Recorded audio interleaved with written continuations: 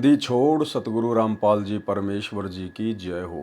परमपिता परमात्मा सारी सृष्टि के रचनहार, कुल मालिक, असंख्य ब्रह्मांडों के स्वामी, जगत गुरु, तीनों लोकों में प्रवेश करके सबका भरण पोषण करने वाले राजाधिराज, आत्माधार, नाथों के नाथ, देवों के देव महादेव, सर्वेश्वर महेश्वर, मृत्युंजय, अजरो अमर, आदि अनादि सनातनी प्रभु, जगत पिता जगदीश्वर, श्री श्री 1008 की उपाधि के वास्तविक अधिकारी, अकाल मूरत शब्द स्वरूपी राम वासुदेव, सर्वगतम ब्रह्म, परम पूज्य, प्रथम पूज्य, परम संत, परम पुरुष, परम धनी, परम दयालु, सत्य कबीर, हक्का कबीर, अल्लाहु कबीर, अल्लाहु अकबर, बाखबर, अल्लाह ताला, जगत के तारणहार, जगत के मुक्तिदाता, जगत के जगन्नाथ, हारे के सहारे, हिंदुओं के राम, मुसलमानों के अल्लाह, सिखों के वाहिगुरु, ईसाइयों के मसीह, दया के सागर दयानिधि, करुणा के सागर करुणानिधि, स्वयंभू परिभू, संकट मोचन, कष्ट हरण, मंगल करण, दुख भंजन,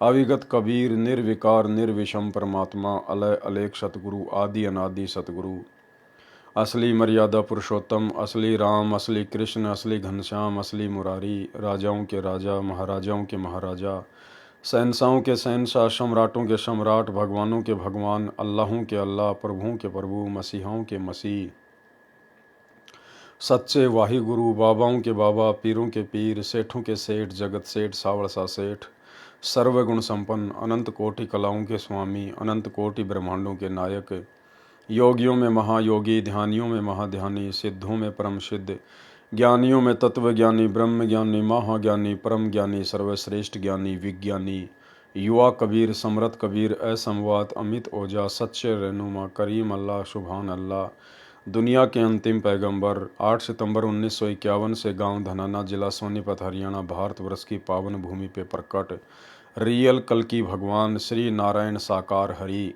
संत श्रोमणी सतगुरु रामपाल जी परमेश्वर जी के चरण कमल में साध संगति से जुड़े हुए हम सभी सत्सेवक भाई बहनों का अनंत कोटि दंडवत प्रणाम।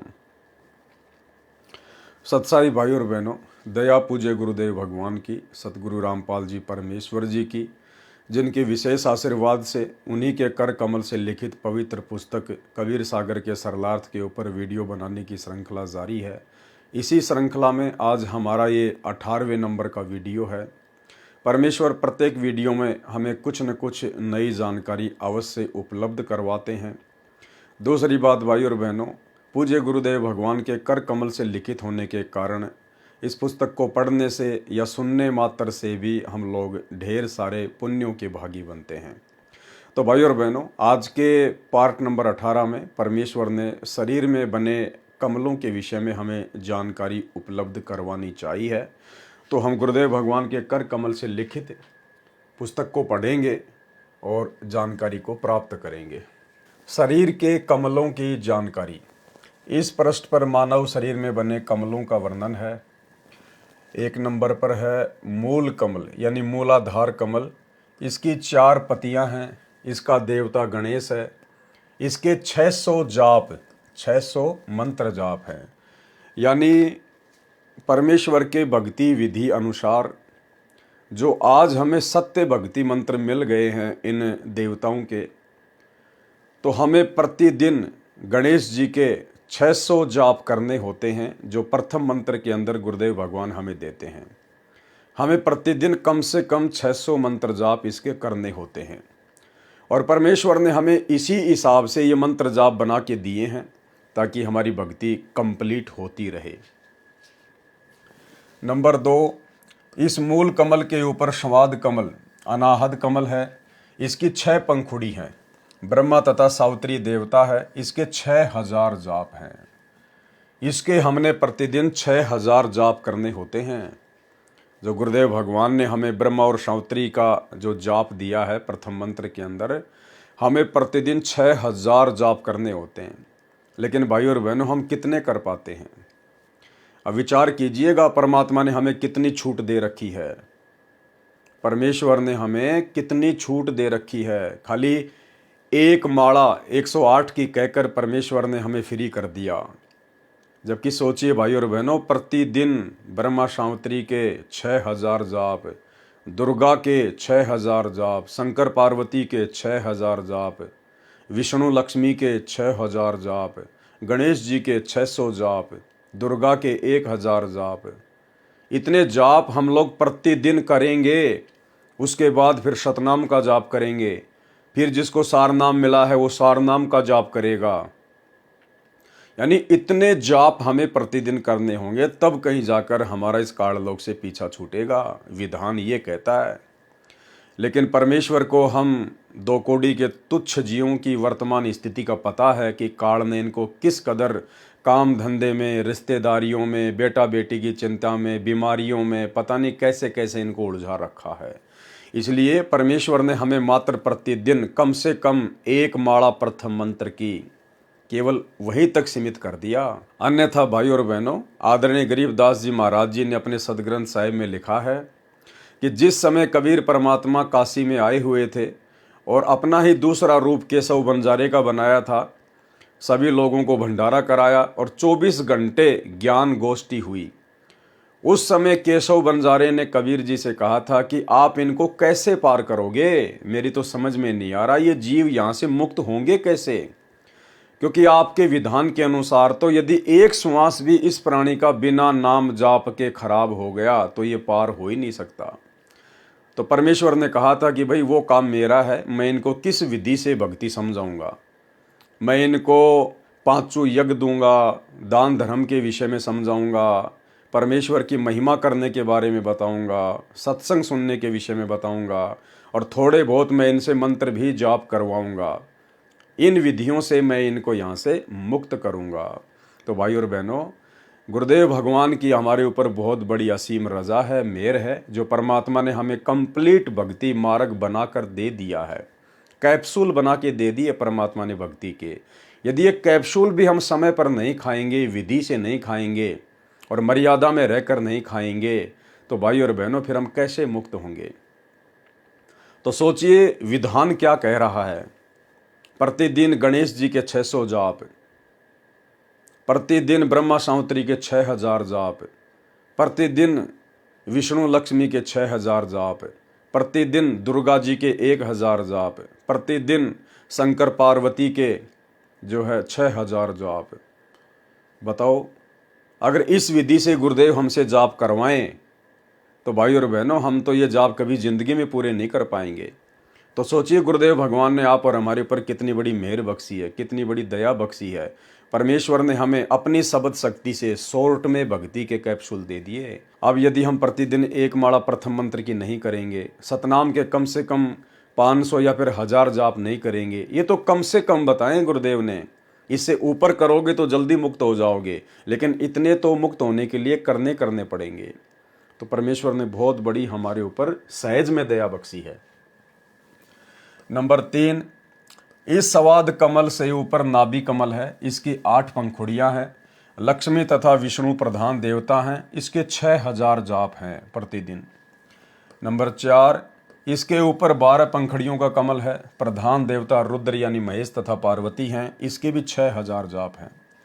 नंबर 5, इसके ऊपर कंठ कमल है जो 16 पंखुड़ियों का है, इसकी प्रधान देवी अविद्या यानी दुर्गा है, इसके 1000 जाप हैं। नंबर 6, इसके ऊपर संगम कमल है जो छठा कमल है, इस छठे कमल के 3 पंखुड़ी हैं, मन का वास है। भवतारण बोध पृष्ठ 111 957 पर इस कमल में परमात्मा का वास लिखा है। भवतारण बोध पृष्ठ 57 903 पर इस कमल में सरस्वती का वास लिखा है। इस कमल के 1000 जाप है।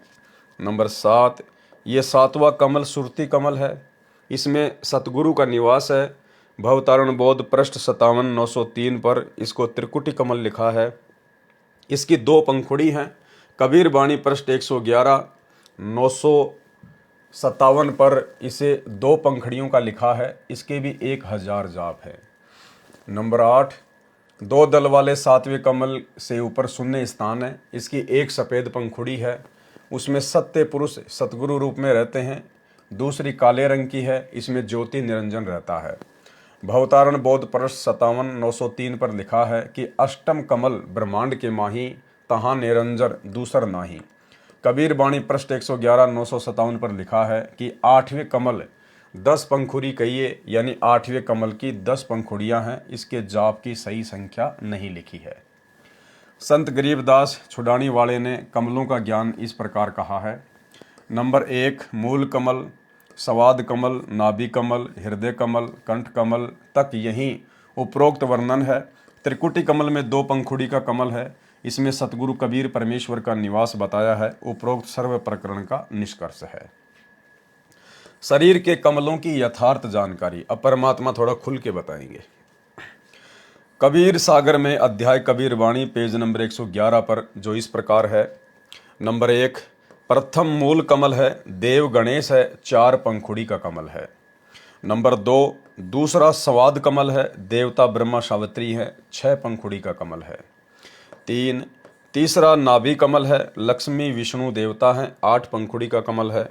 4, चौथा हृदय कमल है, पार्वती शिव देवता हैं, 12 पंखुड़ी का कमल है। 5, पांचवा कंठ कमल है, अविद्या दुर्गा देवता है, 16 पंखुड़ी का कमल है। कबीर सागर में भवतारण बोध में पृष्ठ 57 पर लिखा है कि सट कमल पंखुड़ी है तीनी, सरस्वती वास पुनः तहाँ कीनी। सप्तम कमल त्रिकुटी तीरा, दोईदल माही बसे दोई बीरा, यानी सूरवीर। नंबर 6, यह छठा संगम कमल त्रिकुटी से पहले है, जो सुषमना के दूसरे अंत वाले द्वार पर बना है। इसकी 3 पंखुड़ियां हैं। इसमें सरस्वती का निवास है। वास्तव में दुर्गा जी ही अन्य रूप में यहाँ रहती है। इसके साथ 72 करोड़ सुंदर देवियां रहती हैं। इनकी 3 पंखुड़ियां हैं। इन तीनों में से एक में परमेश्वर का निवास है, जो अन्य रूप में रहते हैं। एक पंखुड़ी में सरस्वती तथा 72 करोड़ देवियां, जो ऊपर जाने वाले भक्तों को आकर्षित करके उनको अपने जाल में फंसाती है। दूसरी पंखुड़ी में काल अन्य रूप में रहता है। मन रूप में काल का निवास है तथा करोड़ों युवा देव रहते हैं, जो भगतमतियों को आकर्षित करके काल के जाल में फंसाते हैं। तीसरी पंखुड़ी में परमेश्वर कबीर जी हैं, जो अपने भक्तों को सतर्क करते हैं, जिससे सतगुरु के भगत उन सुंदर परियों के मोह में नहीं फंसते। भाई और बहनों, इस प्रकार से काल ने इन कमलों में अपना भयंकर रूप से जाल फैला रखा है।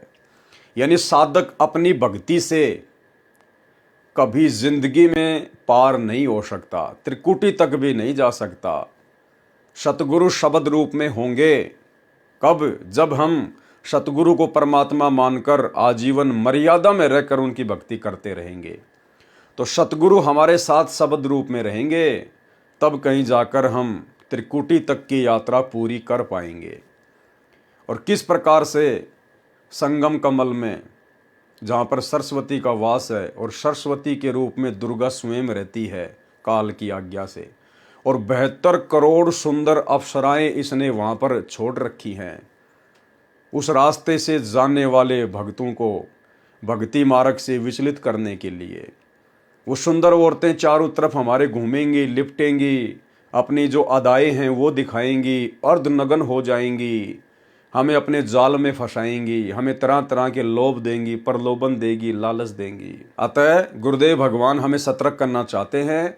यदि तुम इस शरीर में पृथ्वी पर भक्ति करते करते यदि विषय वासना से दूर नहीं हुए, यदि तुम इस प्रकार माता बहनों की तरफ गंदी नज़र रखने से बाज नहीं आए, या अपने मन में इस प्रकार के दोष यदि तुम बाहर नहीं कर दोगे, तो भाई ये आदत, ये विचार ऐसे के ऐसे सूक्ष्म मन में जमा रहेंगे। सूक्ष्म शरीर में ऐसे ही विकार रहेंगे जैसे स्थूल शरीर में हैं। और जब हम स्थूल शरीर छोड़कर ऊपर की यात्रा करेंगे, तो फिर वो 72 करोड़ उर्वशियाँ दुर्गा के आदेश से हमारे को पूरी तरह से फंसाने का प्रयास करेंगी। और जिन भक्तों ने यहाँ पर ये गंदी आदत नहीं छोड़ी, माता बहनों की तरफ ताक झांक करना, उनके प्रति मन में गंदी वासना उत्पन्न करना, तो भाई वहाँ भी नहीं बच पाएंगे। और तुरंत वहाँ पर हम किसी न किसी सुंदर स्त्री के साथ में एकांत स्थान में जाकर उसके साथ में भोग विलास करके काल के जाल में फंस के रह जाएंगे। ठीक इसी प्रकार गुरुदेव भगवान हमें समझाना चाहते हैं कि जो माता बहनें यहाँ पर सत्संग में आकर भी नहीं सुधरती हैं, उसी प्रकार से ताक झांक में रहती हैं, एक दूसरे के साथ में इसी प्रकार से प्रेम प्रसंग की बातें करती हैं, अपनी गंदी आदतों से बाज नहीं आती हैं। तो जब स्थूल शरीर छोड़ेंगे और सूक्ष्म शरीर के साथ त्रिकुटी की यात्रा करेंगे तो काल ने 72 करोड़ युवा आकर्षित सुंदर सुंदर वहाँ पर व्यक्ति छोड़ रखे हैं, जो उन माता बहनों को, उन भक्तमतियों को अपनी अदाओं से आकर्षित करेंगे। और जैसी आदत उन माता बहनों की यहाँ है, इसी प्रकार से वहाँ पर होगी और वो उनके चक्कर में आके फंस जाएंगी। तो भाई और बहनों, इसलिए परमात्मा हमें यहाँ पर अपना ज्ञान देकर, हर प्रकार से मर्यादा बताकर हमारे को पाक साफ बनाना चाहते हैं कि हमारी नज़र हमारे गुरुदेव भगवान से ऊपर उठे ही ना, हमारे सोच, हमारे विचार हमारे गुरुदेव से अन्यत्र कहीं जाए ना। इसलिए मालिक कहते हैं, पर नारी को देखिए बहन बेटी के भाव, कहे कबीर काम नाश का यही सहज उपाय। तो ये बहुत भयंकर काल का जाल है और सतगुरु वहाँ पर अपने भक्तों को सतर्क करेगा। कैसे करेगा? ठीक इसी प्रकार जैसे आज गुरुदेव हमें सत्संग करके सतर्क कर रहे हैं। स्पेशली हमें पकड़ के नहीं समझाएगा कि ये काल की अप्सरा है, ये काल का युवा पुरुष है और तुम यहाँ पर आ चुके हो, शरीर छोड़ चुके हो, ध्यान देना नहीं तो तुम फंस जाओगे। ऐसे नहीं बताएंगे सतगुरु। सतगुरु दूर बैठ के कहीं पर सत्संग कर रहे होंगे, उनकी आवाज़ स्पष्ट रूप से हमारे कानों में आ रही होगी। तो ठीक वैसे ही जैसे आज हम अपने मोबाइल में सत्संग सुनते हैं, आज हम लोग टेलीविज़न में सत्संग सुनते हैं, इसी प्रकार से सेम टू सेम ऐसा ही माहौल होगा। और यदि हम यहाँ पर नहीं सुधरे, अपनी आदतों को नहीं सुधारा, अपने आचार विचार को शुद्ध नहीं किया, तो सूक्ष्म शरीर में हम काल के झांसे में आ जाएंगे। तो भाई और बहनों, हम सब ने प्रयास करना है। ये हमारा फाइनल स्टेज का समय है और हमने गुरुदेव भगवान से प्रार्थना करके, विनती करके, और हमने यहीं पर अपने आप को शुद्ध करना है हर प्रकार से। हमने अपने गुरुदेव भगवान के अलावा किसी और चीज़ में विशेष आसक्ति रखनी ही नहीं है। हमारी रुचि केवल हमारी भक्ति में और गुरुदेव भगवान के चरणों में, उनकी सेवा में, पूजा पाठ में ही होनी चाहिए, ताकि अंत समय भी हमारे भाव ऐसे ही बने रहें। तीसरी पंखुड़ी में परमेश्वर कबीर जी, जो अपने भक्तों को सतर्क करते हैं, जिससे सतगुरु के भगत उन सुंदर परियों के मोह में नहीं फंसते। सातवां कमल, सातवां त्रिकुटी कमल है, जिसकी काली तथा सफ़ेद 2 पंखुड़ियां हैं। काली में काल का सतगुरु रूप में निवास है। काली में काल का सतगुरु रूप में निवास है।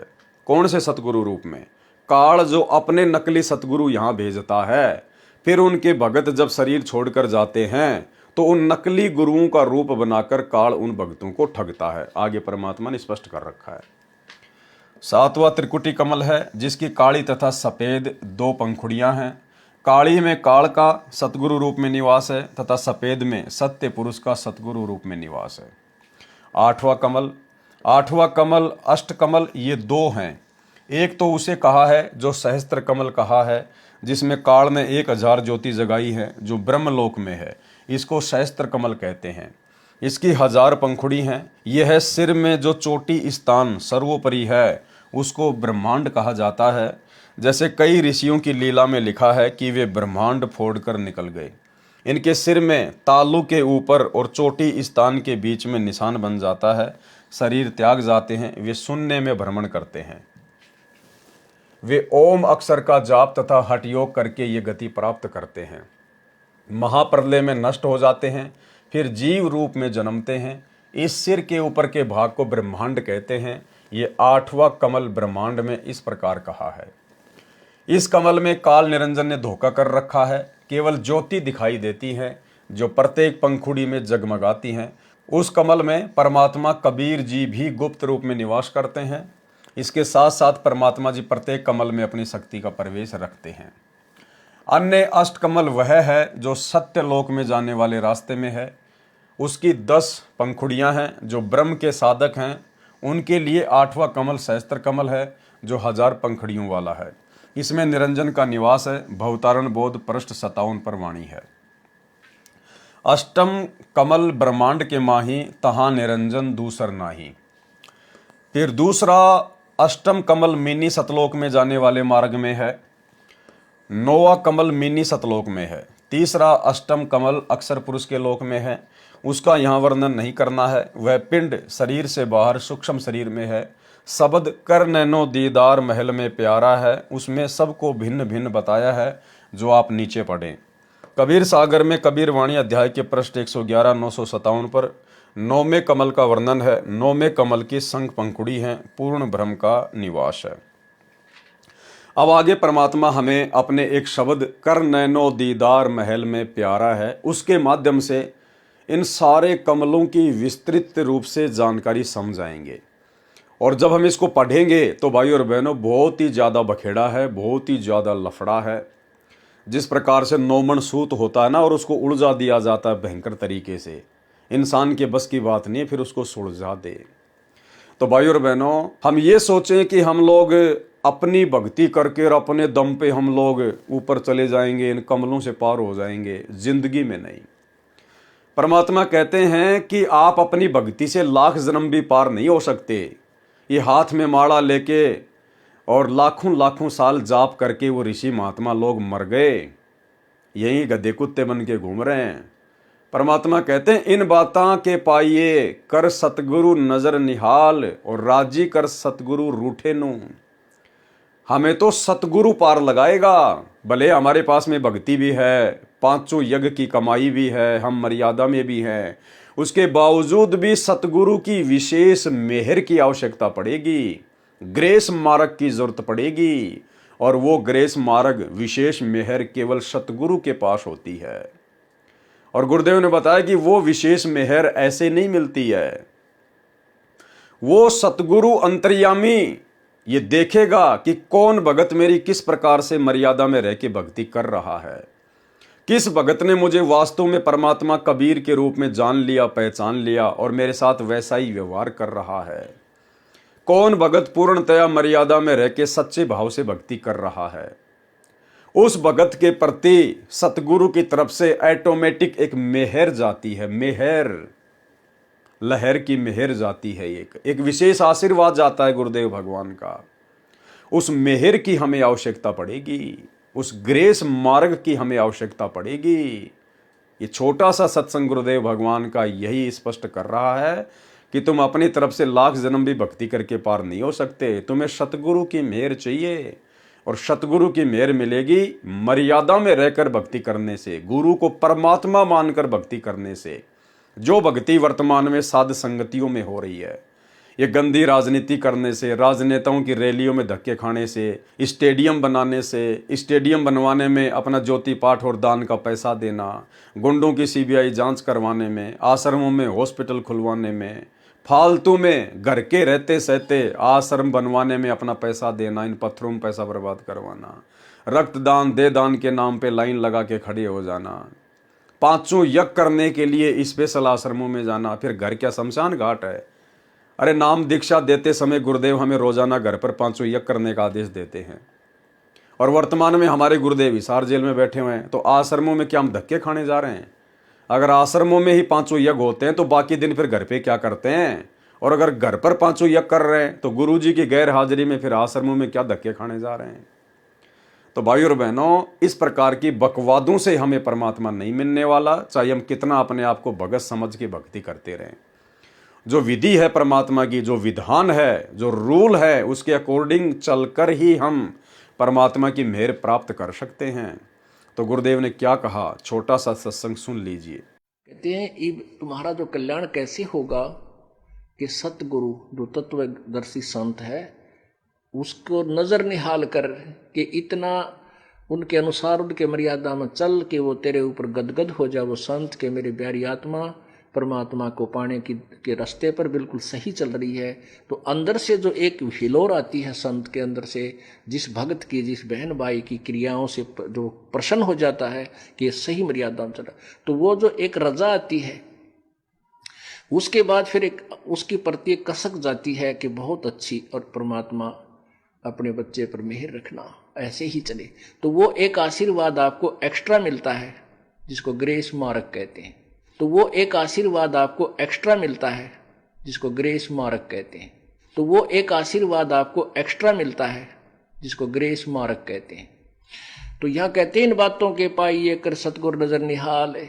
मान ले तन यो ज्ञान भी हो गया कैसे ऐसे होता तो, और सतगुरु नजर निहाल हुआ नहीं, तुझे सार नाम फिर सार शब्द मिला नहीं तो अभी बात बिगड़ेगी। इसलिए ये कल्याण कहती है बातें कहन सुन की ना है, कर पाड़ने की है। तो भाई और बहनों, जब तक इस प्रकार से हम गुरुदेव की विशेष उस मेहर के योग्य नहीं बनेंगे तब तक हम भक्ति मार्ग पर सफल नहीं हो सकते, चाहे हम कितनी माला क्यों ना जपते रहें। और उसके बाद भाई और बहनों, जो भगत वास्तव में अपने गुरु को जान चुका होगा, समझ चुका होगा, पहचान चुका होगा, उसके बाद वो भगत तो मर्यादा तोड़ेगा नहीं। वो तो हर प्रकार का संघर्ष करेगा, चाहे कोई भी कुर्बानी क्यों ना देनी पड़े। वो ऑप्शन का इस्तेमाल नहीं करेगा कि यार जगह जगह नामदान सेंटर खुले हुए हैं, कोई बात नहीं, अगर मर्यादा टूट भी जाएगी तो मैं तो नाम शुद्ध करवा के आ जाऊंगा। इतना भी अगर मन में भाव आ गया, उसी समय परमात्मा रुष्ट, परमात्मा दूर, फिर वो भगत परमात्मा की मेहर के योग्य नहीं होगा। इसी कबीर सागर के सरलार्थ में पिछले वीडियो में आप जी ने अच्छी प्रकार से देख लिया, परमात्मा के कर कमल से लिखा हुआ कि कोई भी कुर्बानी क्यों ना देनी पड़े भक्ति को सफल करने के लिए, हम हर कुर्बानी को देंगे, पीछे नहीं हटेंगे। तो भाई और बहनों, जो भगत वास्तव में मालिक की मर्यादा में होगा, गुरु को भगवान मान चुका होगा और अपना सब कुछ अपने गुरु जी के चरणों में समर्पित कर चुका होगा, तो अंतर्यामी से ऐसा भगत को छुपा तो रह नहीं सकता। फिर ऐसी अपनी विशेष प्यारी आत्मा को परमात्मा इस काल के बखेड़े में नहीं डालता।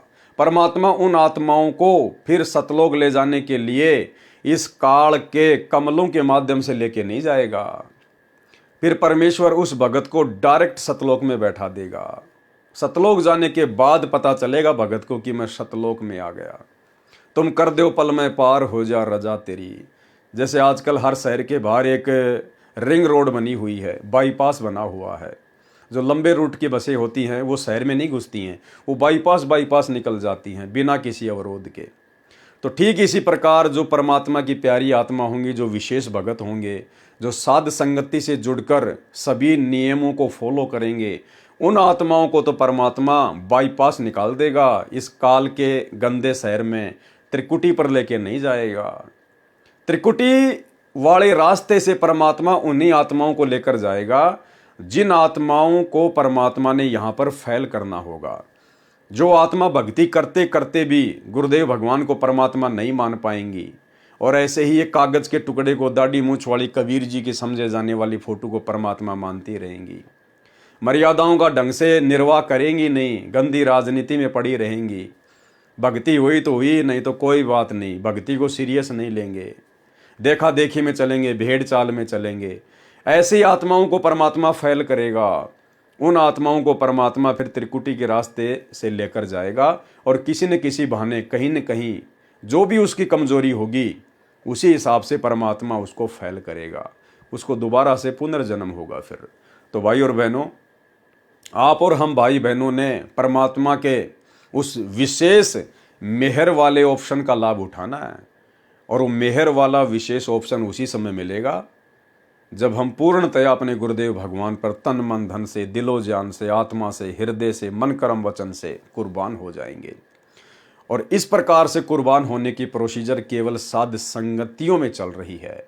ये साध संगतियां परमात्मा का ट्रेनिंग सेंटर है।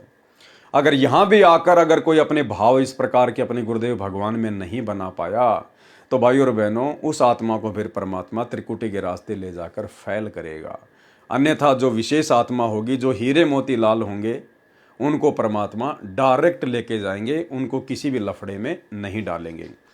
तो क्या क्या लफड़ा है, कितना लफड़ा है, काल ने कितना बखेड़ा कर रखा है, अब परमात्मा हमें इस शब्द के माध्यम से समझाएंगे। तो पहले हम ये शब्द पढ़ेंगे, उसके बाद परमात्मा ने इसका खुलासा किया हुआ है।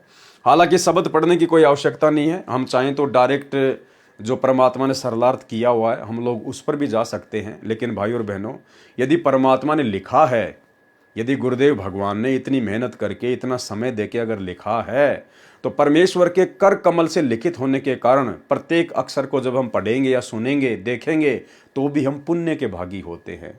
तो बताओ फिर हम ऐसे पुण्य को क्यों छोड़ना चाहेंगे?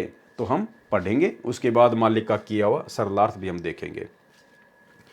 तो ये शब्द है, कर नैनो दीदार महल में प्यारा है, टेक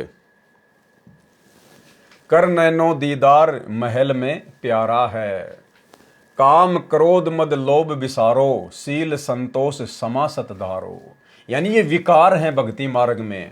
काम, काम वासना, फालतू की कोई मनोकामना, ये क्रोध, मद यानी ये आलस्य वगैरह, नशा वगैरह, लोभ, लालच, स्वार्थ, परमात्मा कहते हैं इनको छोड़ना पड़ेगा इस भक्ति मार्ग में। तुमने एक प्योर आत्मा बनना पड़ेगा। और शील, संतोष, समा और सत्य, ये सब तुमने धारण करने पड़ेंगे अपने ऊपर।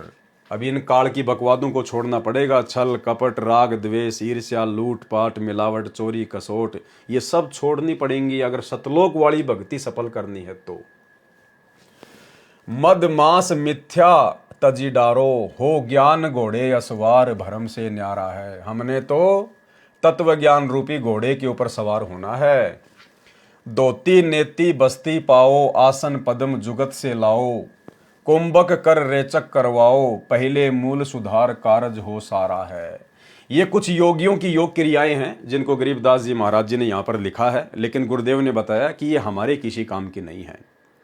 हमने तो इन कमलों को भक्ति से, सत्य भक्ति मंत्रों के जाप से खोलना है। और जो योगी लोग होते हैं वो फालतू की उनकी जो ये क्रिया होती हैं, जो काल की भक्ति की, उनके माध्यम से वो अपना जो भी क्रिया है वो करते हैं, तो हमारे किसी काम की नहीं।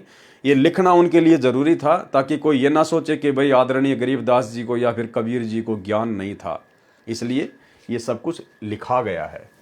मूल कवल दल चतुर बखानो, के लिए जाप लाल रंग मानो, देव गणेश तहाँ रोपा थानो, रिद्धि सिद्धि चवर डुलारा है। संवाद चक्र सटदल विस्तारो, ब्रह्मा सावित्री रूप निहारो, उल्टी नागिनी का सिर मारो, तहाँ शब्द ओंकारा है। नाभि अष्ट कमल दल साजा, श्वेत सिंहासन विष्णु विराजा, हरियम जाप तासु मुख गाजा, लक्ष्मी शिव अधारा है। द्वादश कमल हृदय के माही, जंग गौर शिव ध्यान लगाई, सोहम शब्द तहाँ धुन छाई, गन करे जय जयकारा है। सोडस कमल कंठ के माही, तेहि मद बसे अविद्या बाई, हरिहर ब्रह्म चवर डोराई, जहाँ श्रीयम नाम उचारा है। तापर कुंज कमल है भाई, बग चोरा दुई रूप लखाई, निज मन करत वहाँ ठकुराई, सो नैनन पिछवाड़ा है। कमलन भेद किया निर्वारा, ये सब रचना पिंड मझारा, सत्संग कर सतगुरु सिरधारा, वह सतनाम उचारा है। आँख कान मुख बंद कराओ, अनहद झिंगा शब्द सुनाओ, दोनों तिल एक तार मिलाओ, तब देखो गुलजारा है। चंद सूर एक घर लाओ, सुषमणा सेती ध्यान लगाओ, त्रिवेणी के संधि समाओ, और उतर चल पारा है। घंटा शंख सुनो धुन दोई, सहस्त्र कमल दल जगमग होई, तामद करता निरखो सोई, बंक नाल धसपारा है। डाकनी साकनी बहु किलकारे, जम किंकर धर्म दूत हकारे, सत्य नाम सुन भाग्य सारे, जब सतगुरु नाम उचारा है। गगन मंडल बीच उर्दमुख कुइया, गुरुमुख साधु भर भर पिया, निगुरों प्यास मरे बिन किया, जाके हिये अंधियारा है। त्रिकुटी महल में विद्या सारा, दनहर गरजे बजे नगारा, लाल वर्ण सूरज उजियारा, चतुर दल कमल मंझार, शब्द ओमकारा है। साध कोई जिन ये गढ़ लीन्या, 9 दरवाजे प्रकट चीन्या, 10वां खोल जाए जिन दीन्या, जहाँ कुलुफ रहा मारा है। आगे श्वेत सुन है भाई, मान सरोवर पैठी अनहाई, हंसन मिली हंसा होई जाई, मिले जो अमी आहारा है। किंगरी सारंग बजे सितारा, छर ब्रह्म सुंदरवारा, द्वादश भानु हंस उजियारा, सठ दिल कमल मंझार, शबद रंकारा है। महासुन सिंध बिस्मी घाटी, बिन सतगुरु पावे नहीं बाटी, व्यागर सिंह सरप बहु काटी, तय सहज अंचित पसारा है। अष्ट दल कमल पार ब्रह्मबाई, दाहिने द्वादश अचिंत रहाई, बाएं 10 दल सहज समाई, यो कमलन निर्वारा है। 5 ब्रह्म पांचों अंड बीनो, 5 ब्रह्म नी अक्षर चीनो, 4 मुकाम गुप्त तह कीन्यू, जामद बंदी वान पुरुष दरबारा है। 2 पर्वत के संग निहारो, भवर गुफा तहाँ संत पुकारो, हंसा करते केल अपारो, तहाँ गुरुन दरबारा है। सैंस 88 दीप रचाए, हीरे पन्ने महल जड़ाए, मुरली बजद अखंड सदा ये, तै सोहम झनकारा है। सोहम शब्द तजी जब भाई, सत्यलोक की हद पुनि आई, उठत सुगंध महा अधिकाई, जाको वार न पारा है। सोडस भानु हंस को रूपा, बीना सतदुन बजे अनुपा, हंसा करत चवर सिर भूपा, सत्य पुरुष दरबारा है। कोटिन भानु उदय जो होई, एते ही पुनि चंद्र लखोई, पुरुष रोम सम एक न होई, ऐसा पुरुष दिदारा है। आगे अलख लोक है भाई, अलख पुरुष की तां ठकुराई, अरबन सूर रोम सम नाही, ऐसा अलख निहारा है। तां पर अगम महल इक साजा, अगम पुरुष ताही को राजा, खरबन सूर रोम इक लाजा, ऐसा अगम अपारा है। तां पर अकै लोक है भाई, पुरुष अनामी तहां रहाई, जो पहुंचा जानेगा वाही, कहन सुननते न्यारा है। काया भेद किया निरुवारा, ये सब रचना पिंड मंजारा, माया अविगत जाल पसारा, सो कारीगर भार्या है। आदि माया कीनी चतुराई, झूठी बाजी पिंड दिखाई, अवगति रचना रची अंडमाही, ताका प्रतिबिंब डार्या है। शब्द विहंगम चाल हमारी, कहे कबीर सतगुरु दई तारी, खुले कपाट शब्द झनकारी, पिंड अंड के पार सो देश हमारा है। यानी भाई और बहनों, परमात्मा ने 21 ब्रह्मांड से लेकर और सबसे ऊपर का जो लोक है अनामी लोक, वहां तक की परमेश्वर ने शॉर्ट में पूरी जानकारी दे दी। अब परमात्मा धीरे धीरे खुलासा करेंगे जो जो आवश्यक है। नोट, कुंज कमल त्रिकुटी में बने 7वें कमल को कहा है, जिसके 2 दल हैं, एक काला भंवरे जैसा काला, दूसरा बग यानी बुगले पक्षी जैसा सफेद है। जो त्रिकुटी कमल में विद्या सारा लिखा है, वो चतुर्दल कमल लिखा है। यह तरियदल कमल है, यह छठा कमल है। इसके 3 पंखुड़ी दल हैं। इसमें देवी दुर्गा श्री सरस्वती रूप बनाकर रहती हैं। ओंकार शब्द उसी के स्थान पर हो रहा है। यह चौपाई नंबर 15 का विश्लेषण है। चौपाई नंबर 18 में 60 दल कमल लिखा है। यह अक्षर पुरुष के लोक का वर्णन है, परंतु काल ब्रह्म ने इसकी नकल ब्रह्मलोक में बनाई है, आप और हमारे को भ्रमित करने के लिए, फंसाने के लिए जीव आत्मा को। उसमें ररंकार शब्द हो रहा है, यानी बहुत ही मीठी धुन हो रही है। साधक उसको सुनकर मदहोश हो जाते हैं और वहीं पे डेरे डाल देते हैं।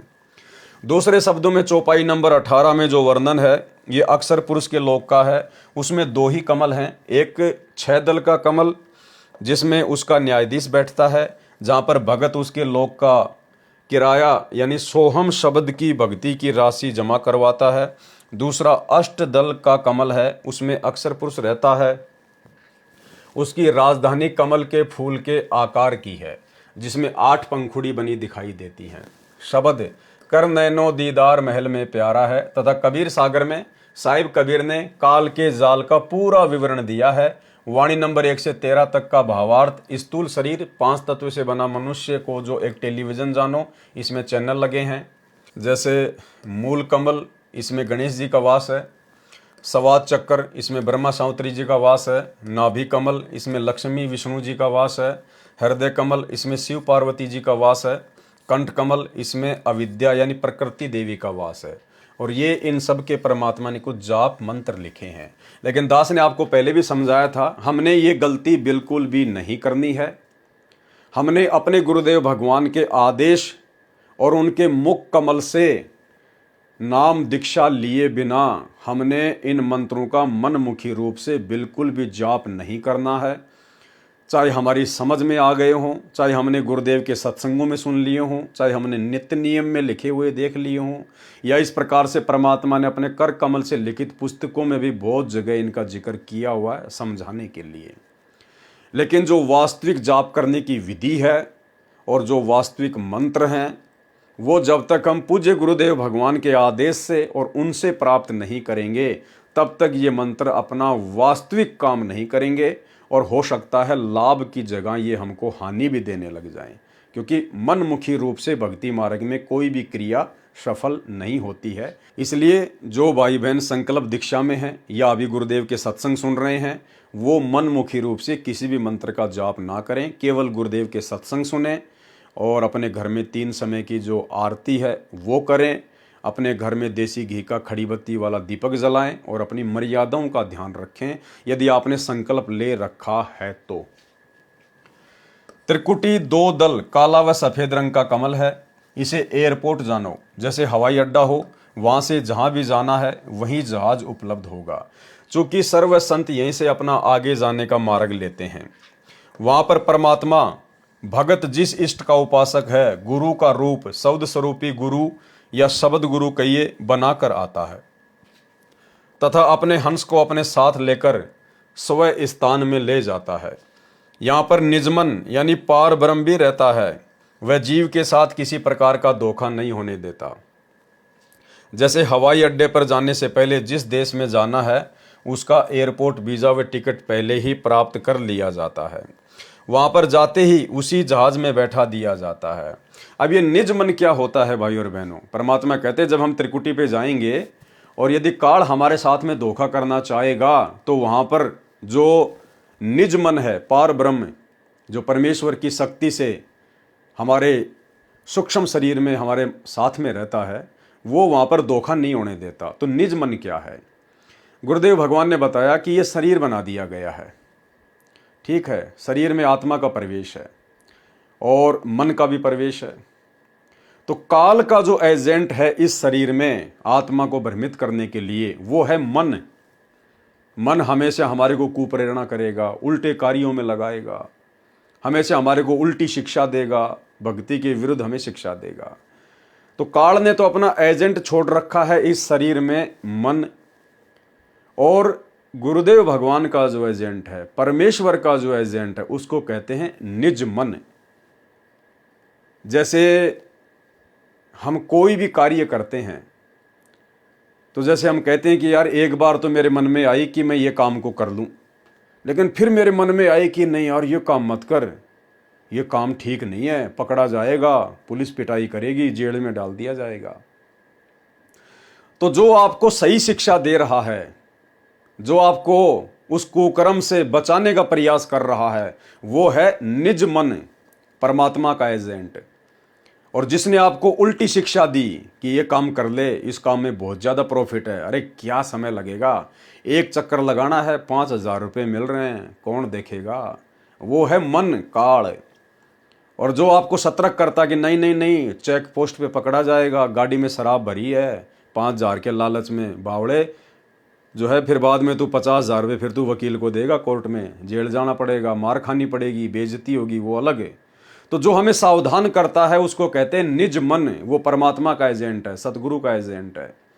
और जो हमें भ्रमित करता है, उल्टे कार्यों पे लगाता है, उसको कहते हैं मन, वो काल का एजेंट है।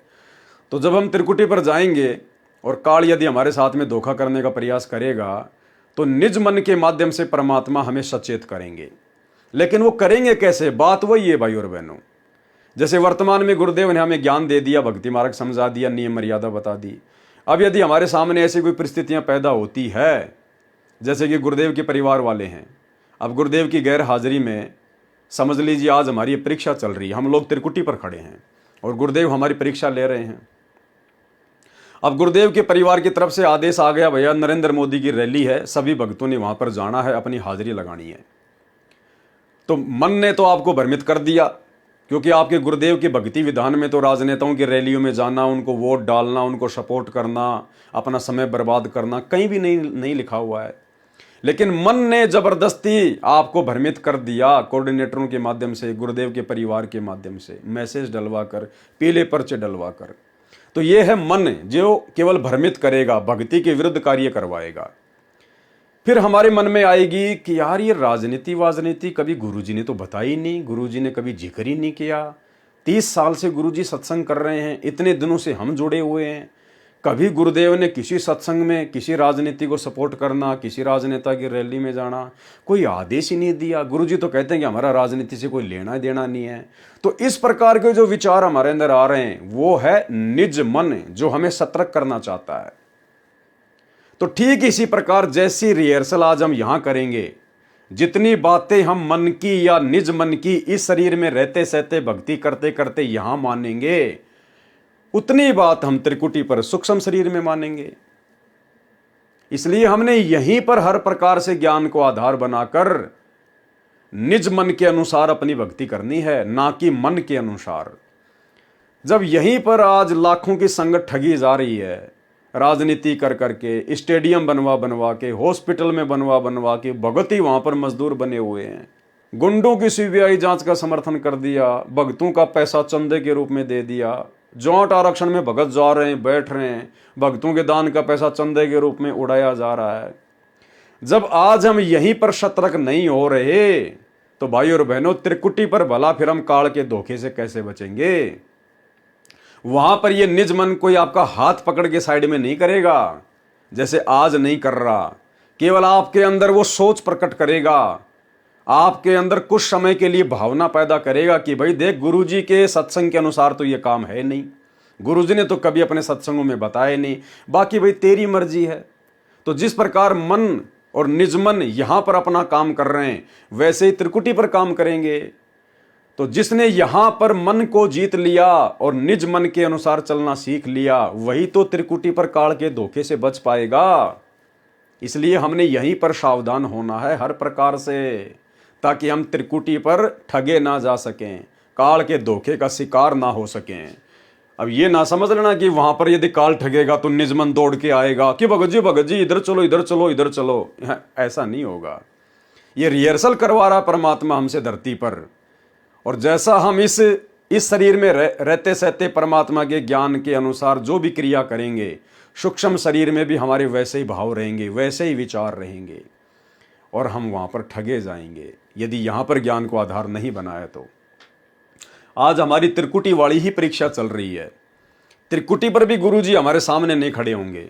जैसे आज गुरुदेव हिसार जेल में जाके बैठ गए, अपना पूरा ज्ञान समझा दिया, सब कुछ बता दिया, और आज हमें फ्री छोड़ दिया परमात्मा ने कि देखता हूं मेरे कितने हैं, मेरे ज्ञान को आधार बनाकर कितने चलते हैं और कितने काल की ठगी का शिकार होते हैं। तो काल अपनी ठगी कर रहा है गुरुदेव के परिवार के माध्यम से, सारे उल्टे जो भक्ति विरुद्ध कार्य हैं वो करवा कर।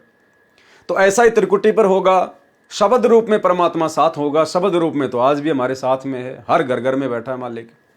ऐसा ही त्रिकुटी पे होगा, हम अकेले होंगे वहां पर, और इसी प्रकार से ये काल हमें मन के माध्यम से ठगेगा और परमात्मा हमें निज मन के माध्यम से सतर्क करेंगे।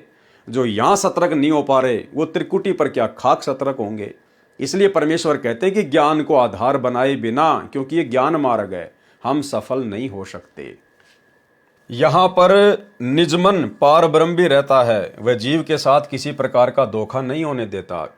जैसे हवाई अड्डे पर जाने से पहले जिस देश में जाना है उसका पासपोर्ट, वीजा व टिकट पहले ही प्राप्त कर लिया जाता है, वहां पर जाते ही उसी जहाज में बैठा दिया जाता है। जिसने जिस इष्ट लोक में जाने की तैयारी गुरु बनाकर नाम सुमरण करके कर रखी है, वह उसी लोक में त्रिकुटी से अपने शब्द गुरु के साथ चल जाता है। शब्द गुरु यानी परमात्मा हमें प्रेरणा करेंगे, दिखाई नहीं देंगे, प्रेरणा करेंगे। जैसे आज भी गुरुदेव हिसार जेल में बैठे बैठे जो मर्यादित भगत हैं उनके साथ में शब्द रूप में सदैव साथ हैं। इससे आगे सहस्रार कमल है तथा ज्योति नजर आती है।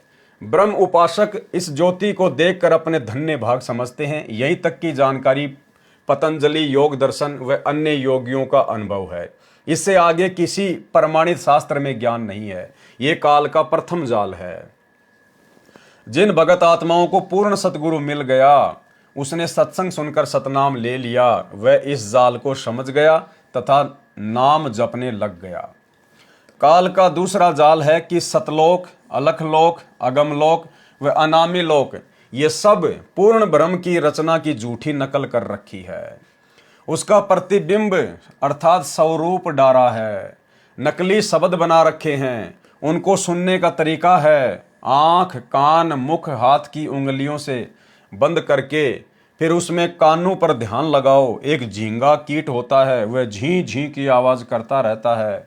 उससे मिलती जुलती आवाज है, उसे अनहद झींगा शब्द कहते हैं, इसे सुनो। दूसरी साधना, दोनों आंखों की पुतलियों यानी शैलियों के नीचे को दबाओ, उसमें से नाना प्रकार का प्रकाश, नजारा, गुलजारा दिखाई देगा। तीसरी साधना बताई, ठंडा श्वास चंद्र यानी बाई नाक वाली श्वास व सूर्य गर्म श्वास दाई नाक वाली श्वास को इकट्ठा करके सुषुम्ना में प्रवेश करो। यह प्राणायाम विधि है। फिर आगे चलो त्रिवेणी पर, यह सब काल रचित है। जब साधक त्रिवेणी पर चले जाते हैं वहां 3 रास्ते होते हैं। यह त्रिवेणी काल के 21वें ब्रह्मांड में है जो कमलों की संख्या में नहीं है।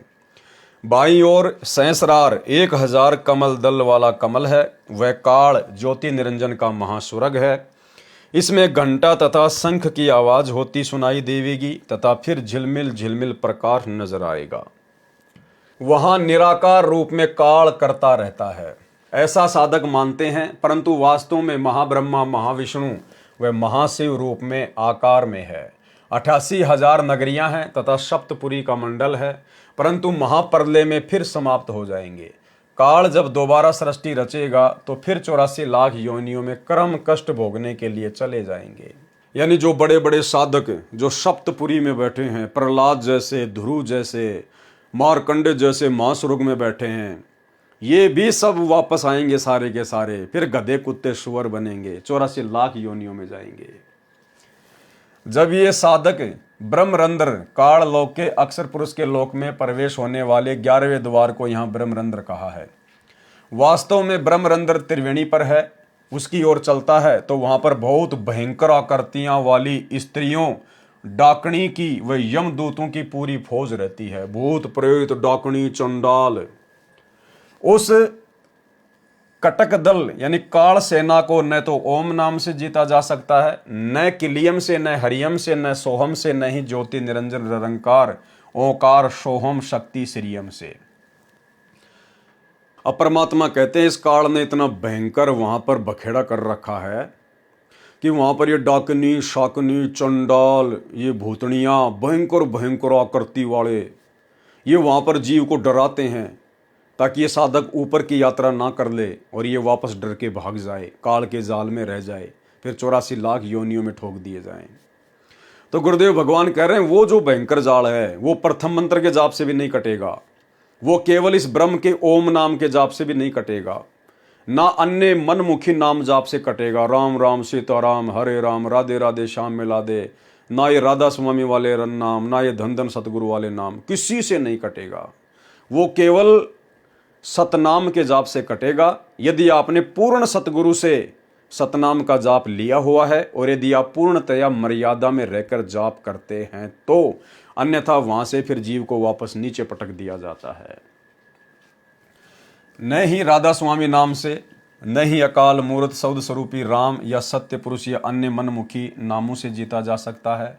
वह केवल पूर्ण संत से उपदेश प्राप्त करके सतनाम सच्चा नाम श्वास के सुमरण करने से उनको तीर से लगते हैं, जिससे वे भाग जाते हैं, रास्ता खाली हो जाता है, ब्रह्मरंध्र खुल जाता है तथा साधक काल के असली विराट रूप में जहां रहता है, स्वरूप को देखकर उसके सिर पर पैर रखकर 11वें द्वार जो काल ने अपने सिर से बंद कर रखा है, जो सतगुरु के सत्य नाम व सार नाम के दबाव से काल का सिर सौते झुक जाता है और वह द्वार खुल जाता है। यानी उस समय भाई और बहनों हमें इस काल के वास्तविक रूप के दर्शन होंगे, जहां पर ये 11वें द्वार को बंद करके बैठा हुआ है, अपने सिर से बंद करके बैठा हुआ है। जब परमेश्वर हमें वहां लेकर जाएंगे, उस समय इस भक्ति की शक्ति से ना चाहते हुए भी गुरु हमारे साथ में होगा। वो काल अपना सर नीचे कर देगा और उसके सिर पर पैर रखवा कर परमात्मा फिर भगत को आगे की यात्रा करवाएगा। जो सतगुरु के सत्य नाम व सार नाम के दबाव से काल का सिर सौते झुक जाता है और वह द्वार खुल जाता है। इस प्रकार ये हंस परब्रह्म के लोक में प्रवेश कर जाता है। वहां काल की माया का दबाव नहीं है। कहां पर? परब्रह्म के लोक में। उसके बाद अपने आप केवल सोहम शब्द व सार नाम सुमरण शुरू हो जाता है। ओम का जाप उच्चारण नहीं होता। यानी काल के 21 ब्रह्मांड पार करते ही उसके सिर पर पैर रख के जैसे ही हम काल के 21 ब्रह्मांड को छोड़ देते हैं, अक्षर पुरुष के लोक में प्रवेश कर जाते हैं, तो वहां पर ऑटोमेटिक ओम नाम का जाप समाप्त हो जाता है, ऑटोमेटिक। और हमारा सतनाम का जो दूसरा मंत्र है उसका जाप और सार नाम जो हमें गुरुदेव भगवान देंगे वो जाप ऑटोमेटिक सूक्ष्म शरीर में जो है वो शुरू हो जाता है। चूंकि वहां सूक्ष्म शरीर छूट जाता है, अर्थात ओम मंत्र की कमाई ब्रह्म काल को छोड़ दी जाती है, यानी हमारा सूक्ष्म शरीर भी वहीं छूट जाएगा काल के 21 ब्रह्मांड तक। कारण व महाकारण भी सार नाम के सुमरण से जो केवल सुरती नृत्य से शुरू हो जाता है समाप्त हो जाते हैं। उस समय केवल कैवल्य शरीर रह जाता है।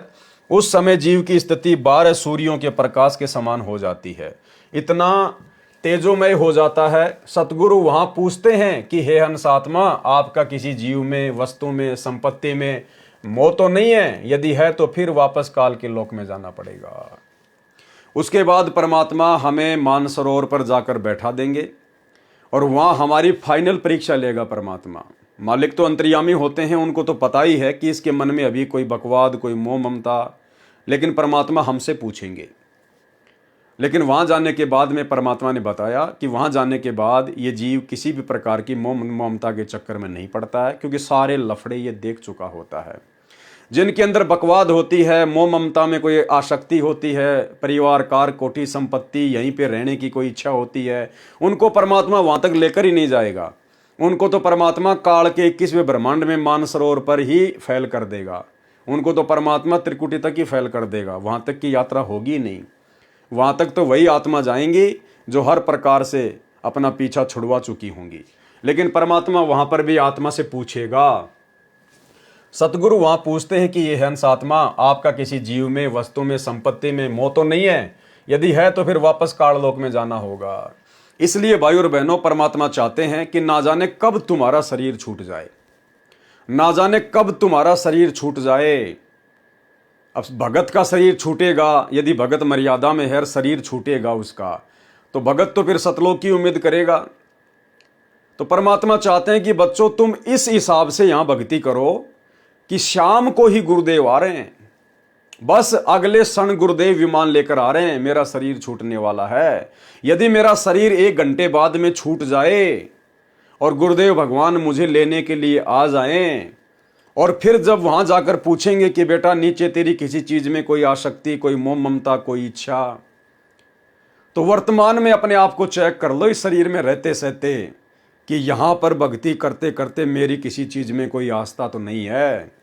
कल को फिर मुझे ये पोता तो याद नहीं आएगा, ये जमीन, ये जायदाद, ये कार कोठियां, ये लंबा चौड़ा कारोबार, बेटा बेटी में मोह ममता, रिश्तेदारों में आपसी प्यार प्रेम, कल को फिर मुझे वहां जाकर सताएगा तो नहीं, मुझे इन सब की याद तो नहीं आएगी। तो भाई और बहनों, गुरुदेव चाहते हैं कि बच्चों इस हिसाब से तुम ये भक्ति करो। जब भी तुम रोजाना सुबह उठो तो ये सोचो कि आज मेरा नंबर सतलोक जाने का है, और गुरुदेव भगवान के द्वारा ली जाने वाली वहां पर उस परीक्षा में मैं पास होने के योग्य हूं या नहीं हूं, यहां पर किसी चीज में मेरी आस्था है या नहीं है, जरा भी, 1% भी। जैसे कोई हम लोग खीरा वगैरह खाते हैं, ककड़ी वगैरह खाते हैं, और कई जो ककड़ियां होती हैं बिल्कुल ऐसे वो कड़वी होती हैं, तो एकदम से हमारा उसको बाहर फेंकने का जी करता है, थूक देते हैं हम। जब तक इस प्रकार से आप और हम भाई बहनों का इस भक्ति की शक्ति से, भक्ति के प्रभाव से, गुरु ज्ञान से, जब तक हमारा इस प्रकार से मन खट्टा नहीं हो जाएगा इस 21 ब्रह्मांड से, इस नकली संपत्ति से, इस परिवार से, तब तक भाई और बहनों हम वहां पर परीक्षा में पास होने के योग्य नहीं हो सकते। इसलिए अब हम भगत भाई बहनों की जो साथ संगति से जुड़े हुए हैं, अब परमात्मा ने मेहर बख्श दी, हमें साथ संगति से जोड़ दिया है। और साथ संगति एक ट्रेनिंग सेंटर है, हमने प्रतिदिन इन्हीं चीज़ों की रिहर्सल करनी है। हमने नया प्लाट खरीदना, नया मकान खरीदना, नया मकान बनाने की सोचना, मकान बना रहे हैं तो उसमें मार्बल लगाने की, चिप्स टाइल लगाने की, हमने ये चीज़ें नहीं सोचनी है। जैसा बन जाए वैसा ही ठीक है, उसको सजाने धजाने, उसको श्रृंगार करने की जरूरत नहीं है। और हमने प्रतिदिन ये सोचकर भक्ति करनी है कि आज मेरा लास्ट दिन है यहाँ पर, आज ये मेरा लास्ट दिन है शरीर छूटने का, और भगवान मेरा ये अंतिम शरीर होना चाहिए और मैंने तो सतलोक चढ़ना है। तो प्रतिदिन हम रिहर्सल करें अपने गुरु जी के चरणों में बैठकर, अब तो भगवान ने हमें मौका दे दिया, घर घर में बेड लग गए, आसन लग गए। जब भी समय मिले भगवान के चरणों में बैठो, उनकी चरण सेवा करो और ये सोचो कि परमात्मा किसी चीज में मेरी आस्था तो नहीं रह गई है। अपने आप को टटोलो कि अभी मेरे अंदर कितनी कमियां हैं। अभी अगर गुरुदेव कहते बेटा सतलोक चल, तो किसी चीज में मेरी कोई आस्था तो नहीं है। मैंने कोई लफड़ा तो नहीं छेड़ रखा है, मैंने कोई मकान का काम तो नहीं छेड़ दिया फालतू में, मैंने कोई फैक्ट्री वाक्ट्री लगाने की तो नहीं सोच रखी है। फिर वो ऐसी ऐसी सोच फिर हमारे दिल में वहां रहेगी। तो बिल्कुल हमने हर प्रकार से निवृत्त हो जाना है। यदि काम धंधा हमने पहले से कोई लंबा चौड़ा छेड़ रखा है तो प्रतिदिन उसको डाउन करो, कम करो कि बस मेरा और मेरे परिवार का पेट भर जाए, हमारी भक्ति हो जाए, इतना चाहिए। दुनिया का पेट भरने का ठेका हमारा नहीं है, उस समर्थ का है। भक्ति करोगे तो सबका भरेगा। तो भाई और बहनों, जब तक हम इस प्रकार से भक्ति नहीं करेंगे, इसको कहते हैं चिंतन मनन करना, सत्संगों के ऊपर, गुरु के ज्ञान के ऊपर। जब तक ये चिंतन मनन हमारे अंदर पैदा नहीं होगा, समझो हमारी भक्ति अभी चल नहीं रही है। क्योंकि ये कोई निश्चित तो है ही नहीं कि परमात्मा ने आपको ये बता रखा कि बेटा 2028 में रविवार के दिन के 12 बजे तेरा सतलोक चलने का समय है। तो ये तो है नहीं कि भाई चलो 4-5 दिन पहले देख लेंगे क्या क्या समेटना है, क्या क्या छोड़ना है। ऐसा तो है ही नहीं। ना जाने कौन से क्षण, मालिक कहते हैं राम बुलावा भेजिया, ना जाने कौन से क्षण हमारा ऊपर चलने का बुलावा आ जाए और हमने कुछ छोड़ा कि नहीं छोड़ा है। तो एक सत्संग में गुरुदेव ने भी यही बताया कि तुमने इसी हिसाब से भक्ति करनी है। यहाँ पर लंबे चौड़े जीवन की उम्मीद मत करो कि अभी तो मैं 40 साल का हुआ हूँ, 20-30 साल तो और जीऊँगा। अरे जिसकी भक्ति पूरी हो गई फिर जरूरी नहीं है कि उसका बुढ़ापा आएगा। इस भक्ति मार्ग में ये जरूरी नहीं है।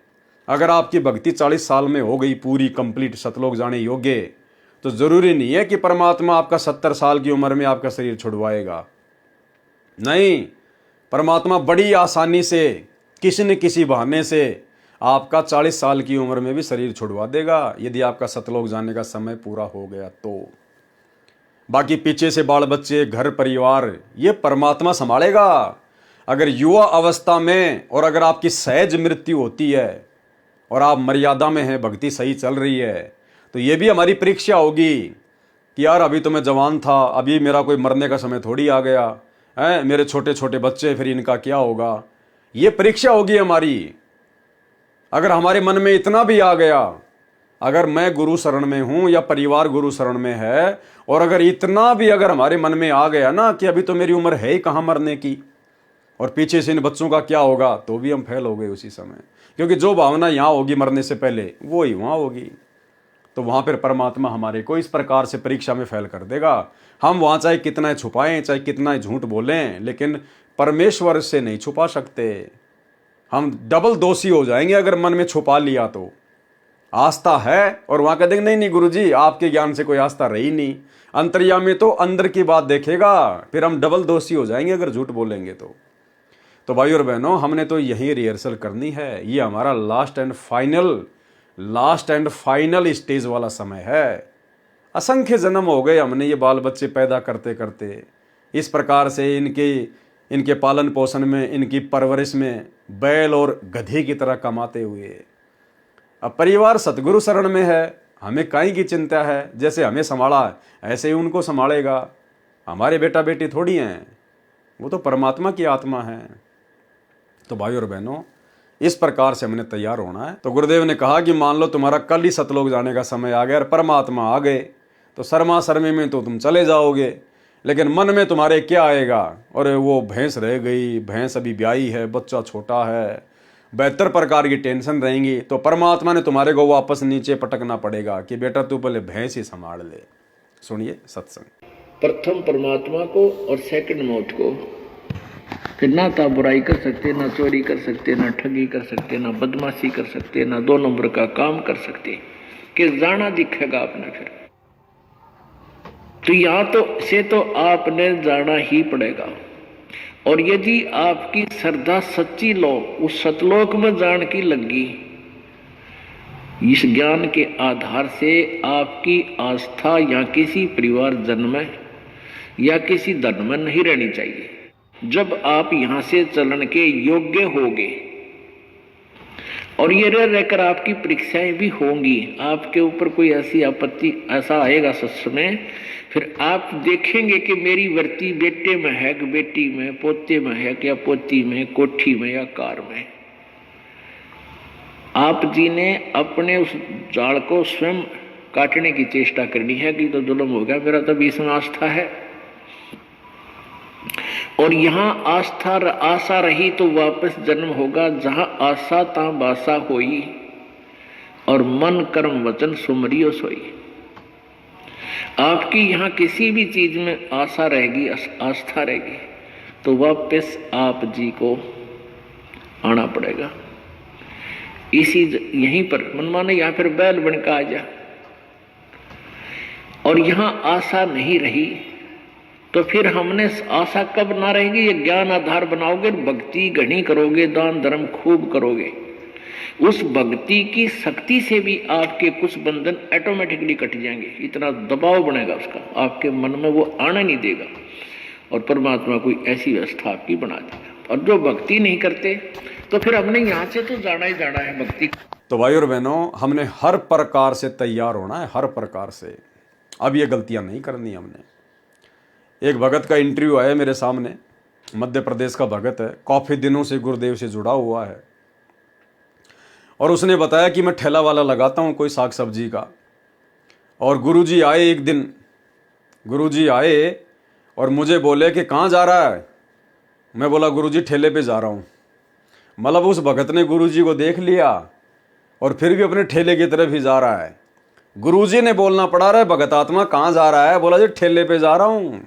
ये नहीं रे गुरुजी आ गए चरणों में गिर जाऊं, बाढ़ में गया ठेला, 2 दिन बाद में लगा लूंगा, नहीं। गुरुजी को देख के मैं अपने ठेले पे जा रहा था। गुरुजी ने टोकना पड़ा रहा, रुक जा, कहाँ जा रहा है? बोले ठेले पे जा रहा हूँ। बोले इधर आ। हाँ गुरुजी, सतलोक चलेगा? तो वो भगत सोच में पड़ गया। बोला यार क्या बोलूँ अब गुरुजी को, अगर ये कहूँगा कि गुरुजी नहीं चलूँगा तो कहीं गुरुजी नाराज ना हो जाए, और अगर कह दूं कि गुरुजी जाऊंगा तो पता नहीं फिर गुरुजी वापस छोड़ेंगे कि नहीं छोड़ेंगे। तो मतलब मैं तो टेंशन में आ गया। तो मैंने कहा गुरुजी आप मेरे को वापस कब तक छोड़ दोगे, क्योंकि उसके ठेले का टाइम हो गया ना, शाम को उसको ठेला लगाना। तो गुरुजी को कह रहा कि गुरुजी मुझे वापस कब तक छोड़ दोगे, मुझे कितने घंटे में छोड़ दोगे। तो अब गुरुजी उसको ऊपर लेके गए, क्या किया क्या नहीं किया। आप उस भगत भाई का ये इंटरव्यू देख लीजिएगा, आपको भी हंसी आएगी भाई और बहनों, मूर्खता के ऊपर। यानी कोई नया भगत नहीं, वो काफी समय से जुड़ा हुआ है। अब बताओ, परमात्मा इस प्रकार से भी रिहर्सल करता है भाई और बहनों। अब उस नालायक का वो टाइम आ गया था, उस नालायक को परमात्मा ने दया बख्शी थी उसके ऊपर। लेकिन देख लो, परमात्मा हमें दिखाते इस प्रकार के एग्जाम्पल भी, इस प्रकार के नमूने, कि बच्चों तुम ये गलती ना कर देना। फिर तुम क्या भक्ति कर रहे हो? भगवान आ गया और तुम अपनी सब्जी की दुकान पे जा रहे हो। भगवान कह रहा है सतलोक चलेगा, तुम सोच में पड़ गए कि चला गया तो फिर वापस छोड़ेंगे कि नहीं छोड़ेंगे। बताओ, ये भक्ति हो रही है ये? तो ये हाल है हमारे सतलोक आश्रम से जुड़े हुए भाई बहनों का। तो उस भाई का भी छोटा सा इंटरव्यू सुन लीजिए आप जी। नमस्कार दोस्तों, काल की दुनिया में आपका स्वागत है। आज हम बात करेंगे ऐसे शख्स के बारे में जिसका संघर्ष देखने के बाद आप हैरान हो जाओगे। वह कैसा संघर्ष है और कैसे करते हैं अपना संघर्ष, आगे तक जानने के लिए वीडियो में आप बने रहें और अंत तक देखना, क्योंकि इस वीडियो को देखने के बाद आपको परमात्मा का मूल्य पहचान होगी कि परमात्मा पाने के लिए कोई भी शख्स इतना संघर्ष कैसे कर सकता है। मैं बैठा था 4 बजे रात को ध्यान में बस मैं आंख बंद करके मंत्र जाप कर रहा था, सांस से सुमरन कर रहा था। उसी में थोड़ा सा नींद आया, बस मैं अपने रेड़ी पे आ गया। वहां से गुरुजी सतलोक से आए, मैं मतलब अपने रेड़ी पे आ रहा था, गुरुजी आ रहे थे, देखा आ रहे हैं, पर मैं इधर मुड़िया तो गुरुजी सट से आगे मेरा हाथे पकड़ लिए। तो कहाँ जा रहा है तू? मैं बोला गुरुजी रेड़ी पे जा रहे थे। बोले रेड़ी पे क्या? जब मैं खुद आ गया तो वहाँ तो मैं ही रहता हूँ, तो मैं तेरे पास आ गया, अब कहाँ जाने की जरूरत, इधर आ। मैं बोला ठीक है गुरुजी। तो बोले कि सतलोक चलेगा क्या?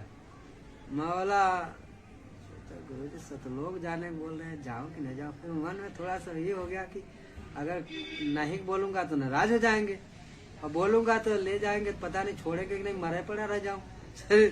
तो मैं बोला गुरुजी कितने टाइम तक ले जाओ? बोले चल जल्दी ले आ जाऊंगा, ले आके छोड़ दूंगा जल्दी। मैं बोला चलो फिर। तो बोले कि सतलोक चलेगा क्या? मैं बोला गुरुजी सतलोक जाने बोल रहे हैं, जाऊं कि नहीं जाऊं? फिर मन में थोड़ा सा ये हो गया कि अगर नहीं बोलूंगा तो नाराज हो जाएंगे, और बोलूंगा तो ले जाएंगे, पता नहीं छोड़ेंगे कि नहीं, मरे पड़ा रह जाऊं। तो मैं बोला गुरुजी कितने टाइम तक ले जाओ? बोले चल जल्दी ले आ जाऊंगा, ले आके छोड़ दूंगा जल्दी। मैं बोला चलो फिर। तो भाई और बहनों, आप और हम सत्सेवकों ने बिल्कुल भी इस प्रकार की गलती नहीं करनी है, बिल्कुल भी।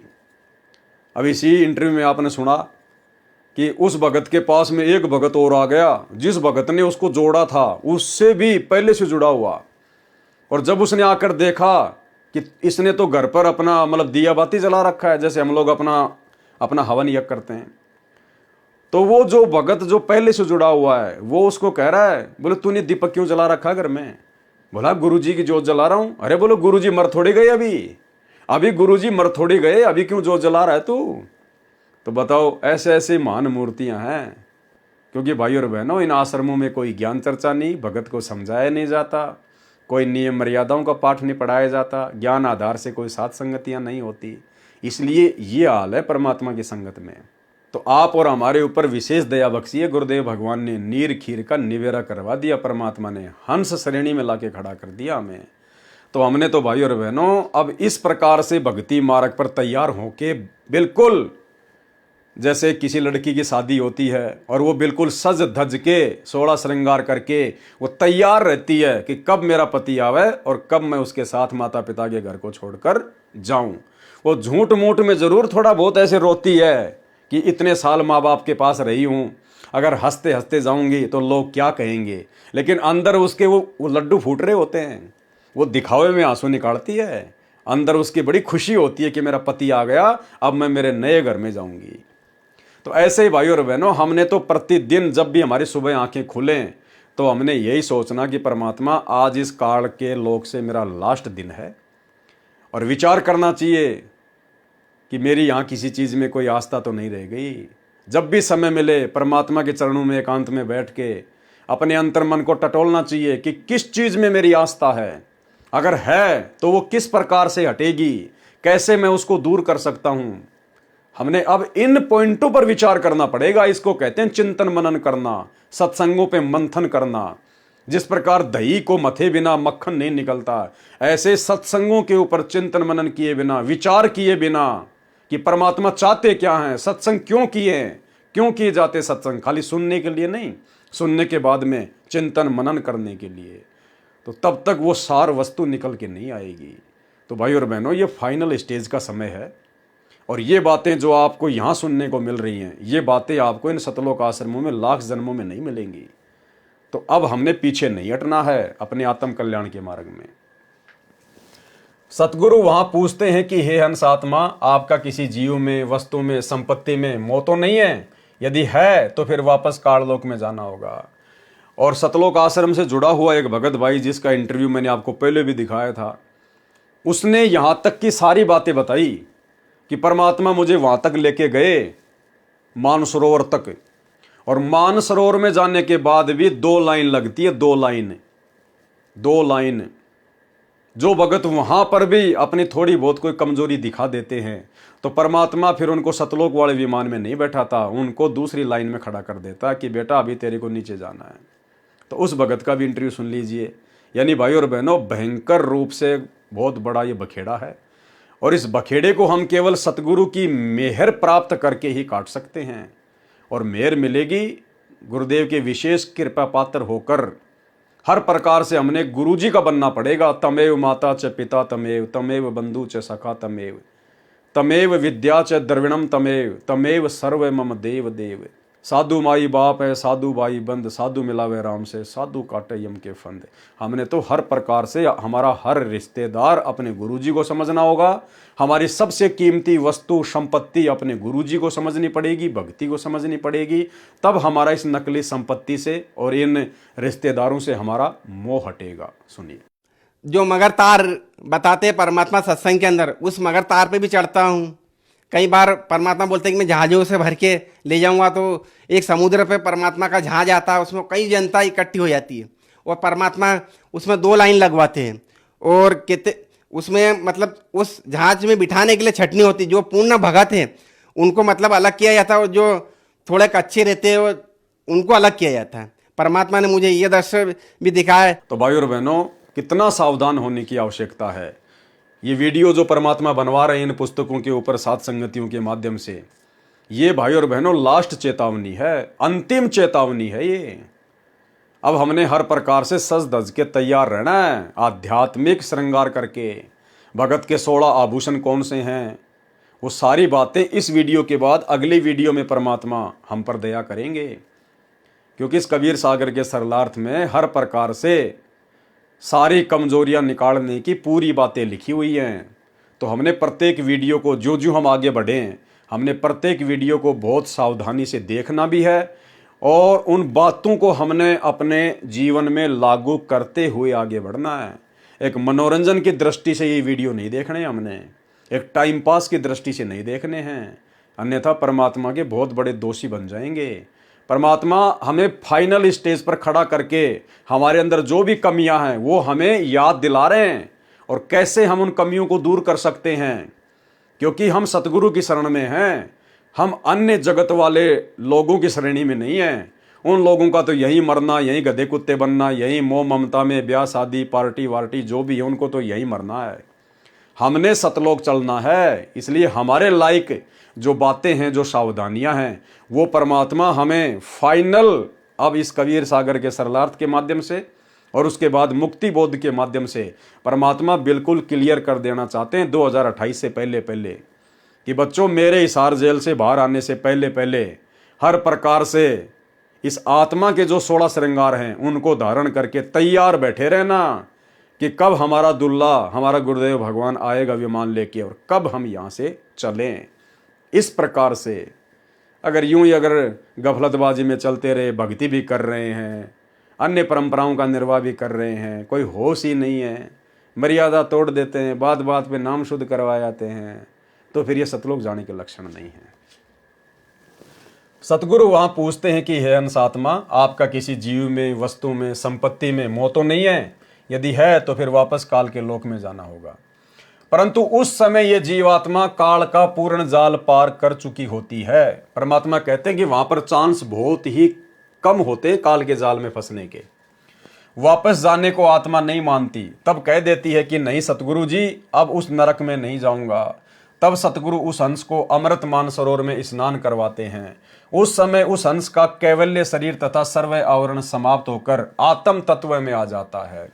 ये मानसरोवर पर ब्रह्म के लोक तथा सतलोक के बीच में बने शून्य स्थान में है, जहां से भंवर गुफा प्रारंभ होती है। उस समय इस आत्मा का स्वरूप 16 सूर्यों जितना तेजोमय हो जाता है तथा 12वें द्वार को पार कर सतलोक में प्रवेश कर सदापूर्ण मोक्ष के आनंद को पाती है। यह पूर्ण मुक्ति है, इसको कहते हैं पूर्ण मोक्ष।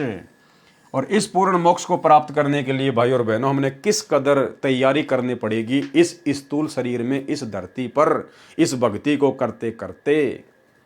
तो इस प्रकार से हमने हर प्रकार से सावधानियां बरतते हुए आगे बढ़ना है। यह आत्मा भूलकर भी वापस काल के जाल में नहीं आती। एक बार सतलोक जाने के बाद, जैसे बच्चे का एक बार आग में हाथ जल जाए तो वह फिर उधर नहीं जाता, उसे छूने की कोशिश भी नहीं करता। वाणी नंबर 14 में साहिब कबीर बता रहे हैं कि यह संसार उल्टा लटक रहा है, जैसे किसी कुएं में अमृत भरा है, अर्थात परमात्मा का आनंद इस शरीर में है।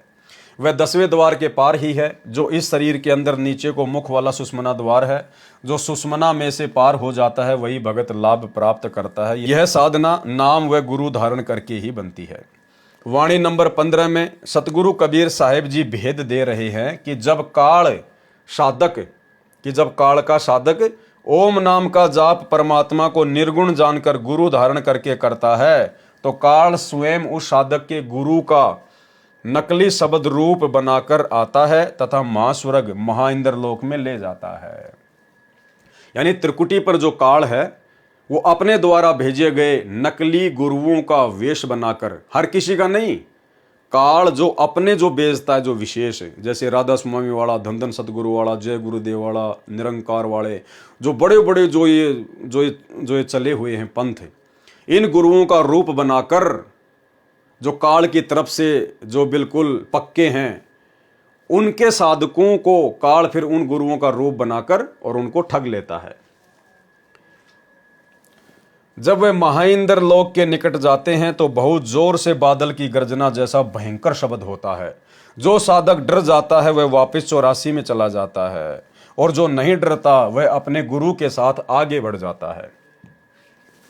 वह वापस 84 में चला जाता है, और जो नहीं डरता वह अपने गुरु के साथ आगे बढ़ जाता है। उसे फिर सुहावना नंगारा बसता हुआ दिखाई देता है। 4 पंखड़ी वाला कमल का लाल रंग का एक और कमल है, उसमें ओंकार ध्वनि हो रही है जो महास्वर्ग में है। वास्तव में यह 3 पंखुड़ी का कमल है, जो छठा कमल है, लिखने में गलती है। वाणी नंबर 16 का अर्थ है कि संत वह है जो 10वें दरवाजे पर काल द्वारा लगाए ताले को सत्य नाम की चाबी से खोलकर आगे 11वां द्वार जो काल ने नकली सतलोक आदि 20 ब्रह्मांडों के पार 21वें ब्रह्मांड में बनाकर बंद कर रखा है, उसे भी खोलकर परब्रह्म यानी अक्षर पुरुष के लोक में चला जाता है। क्योंकि 9 द्वार, 2 नाक, 2 कान, 2 आंखें, 1 मुख, गुदा, लिंग, ये 9 द्वार हैं। ये प्रकट दिखाई देते हैं। 10वें द्वार पर जो सुषमना खुलने पर आता है ताला लगा रखा है, तथा 11वां द्वार परब्रह्म के लोक में प्रवेश करने वाले स्थान पर बना रखा है, जहां स्वयं काल भगवान सशरीर विराजमान है।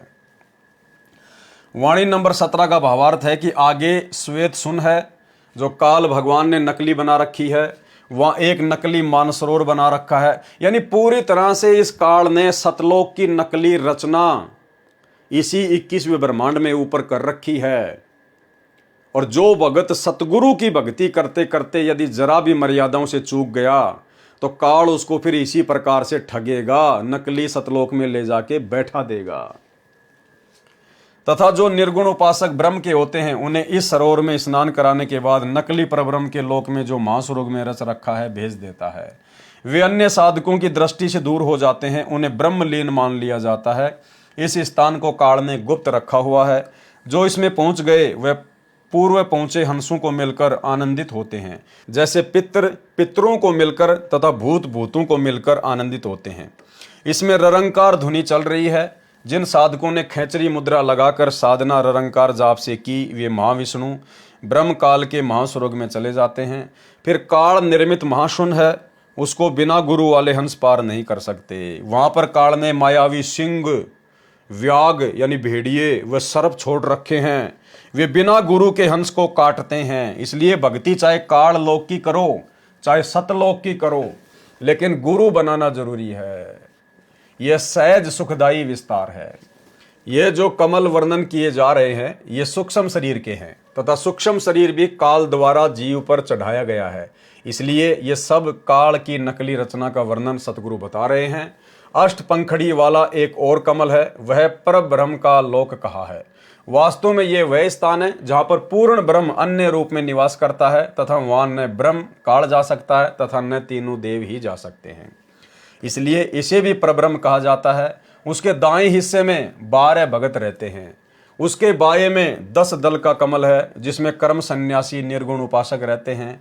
ऐसे ऐसे 2 काल ने 5 ब्रह्म भगवान व 5 अंड मंडल बना रखे हैं। उनको अपनी ओर से नी अक्षर की उपाधि दे रखी है और 4 स्थान गुप्त बना रखे हैं, जिनमें वे भगत जो सतगुरु कबीर के उपासक होते हैं। अब वहां पर काल जो 4 गुप्त स्थान बता रखे हैं, जो आपको दिव्य महाप्रलय में भी समझाया गया था। काल वहां पर किन भक्तों को धोखे में डाल के रखता है, जिनमें वे भगत जो सतगुरु कबीर के उपासक होते हैं। जैसे आज सतगुरु कबीर जी हमारे पूज्य गुरुदेव भगवान के रूप में हैं और हम इनके भगत हैं।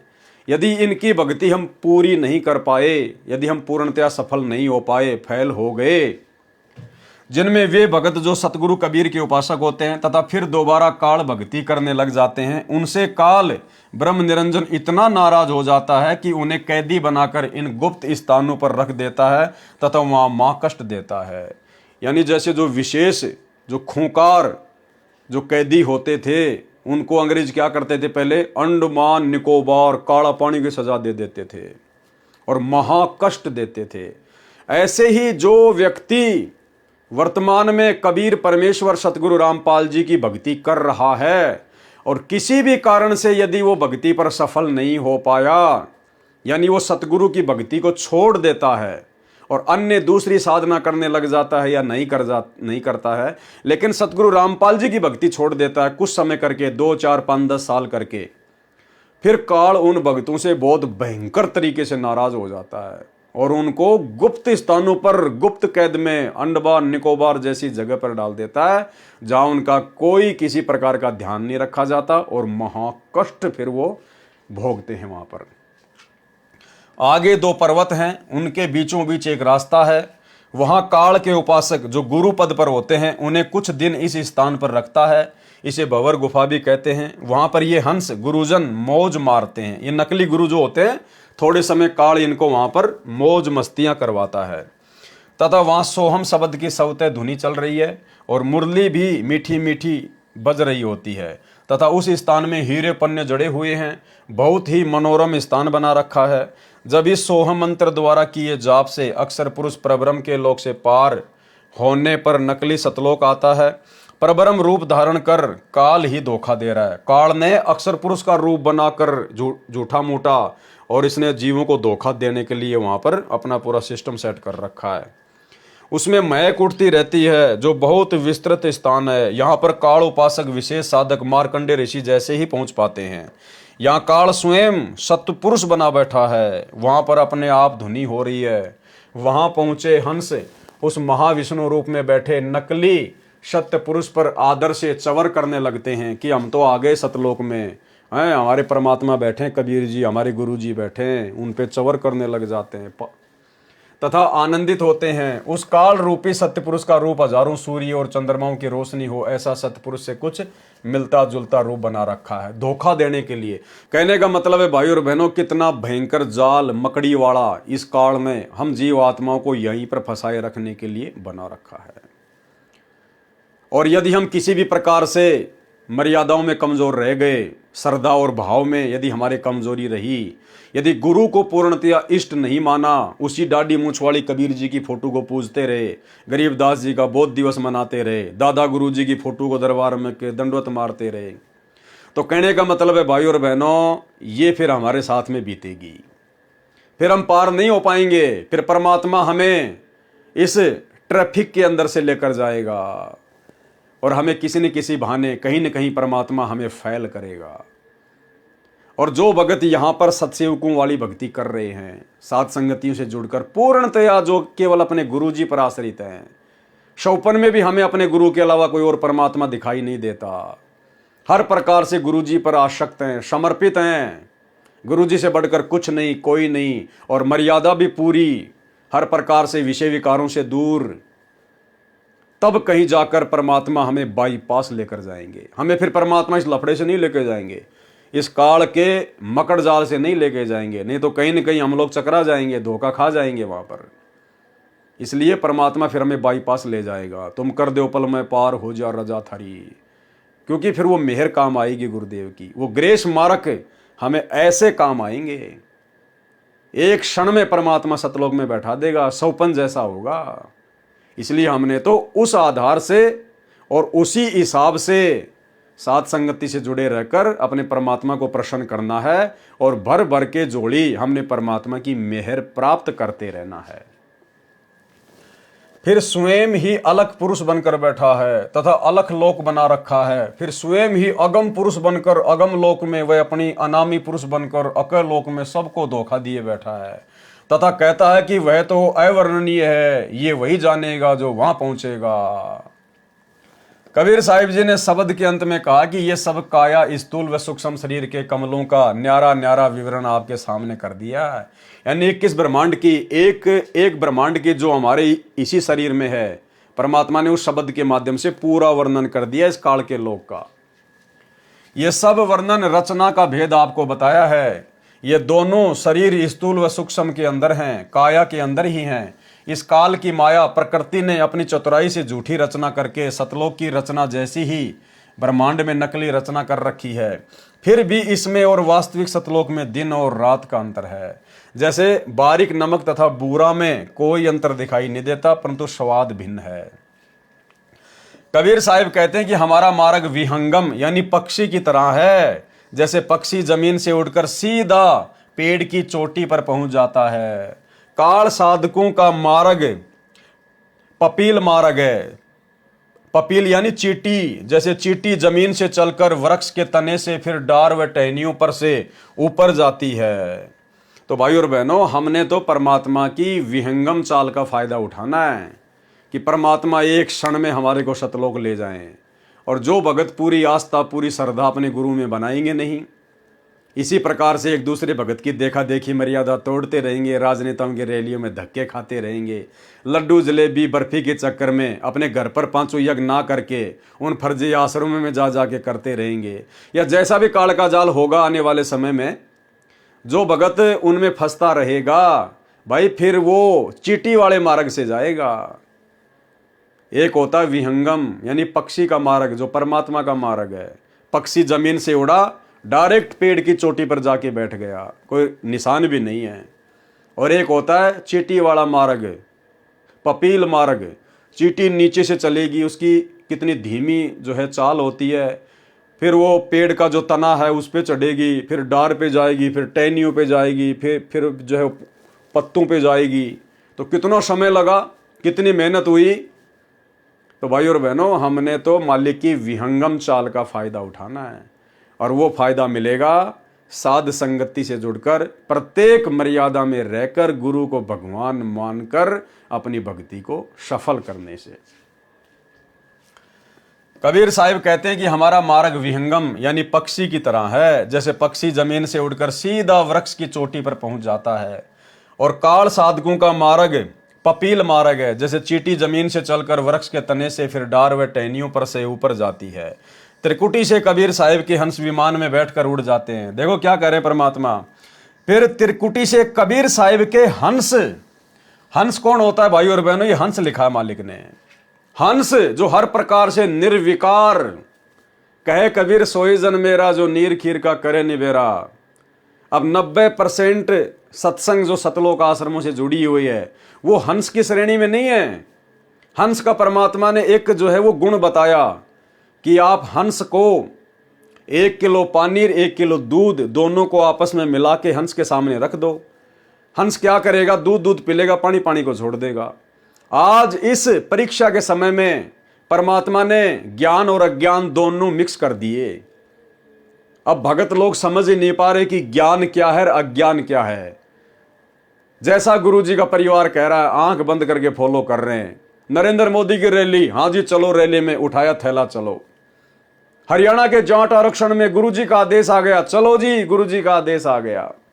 कहां आदेश आया, किसको आदेश दिया, किसने देखा, कोई लेना देना नहीं है। और चलो जी आनंदपाल सिंह की सीबीआई जांच, राजपूत करनी सेना को दान करना है, चलो। अरे स्टेडियम बन रहा है, मजदूरी करनी है, सेवा करनी है, चलो। अरे आश्रम में हॉस्पिटल बन रहा है, गुरुजी की दया हो गई, चलो मजदूरी करने। कोई नीर खीर का निबेरा नहीं है, पानी और दूध मिक्स कर रखा है। तो यहां परमात्मा कह रहे हैं जो हंस होंगे सतगुरु के, जो गुरुदेव के तत्व ज्ञान की रोशनी में नीर खीर का निबेरा करके अपनी भक्ति को सफल करेंगे, काल के जाल में नहीं फंसेंगे, वो हंस हैं। और ऐसे हंसों को परमात्मा त्रिकुटी से फिर विमान में बैठाकर डायरेक्ट सतलोक, काल को पता भी नहीं चलेगा कौन से लोक से गए, कौन से मार्ग से गए।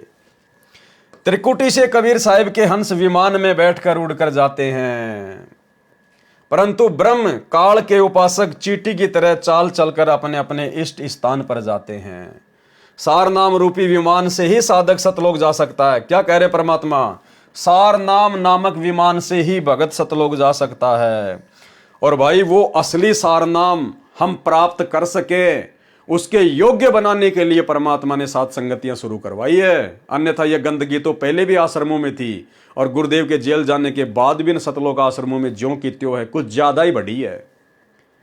तो परमेश्वर हमें वो सार नाम रूपी विमान देने के लिए सात संगति से जोड़कर एक योग्य भगत बना रहे हैं।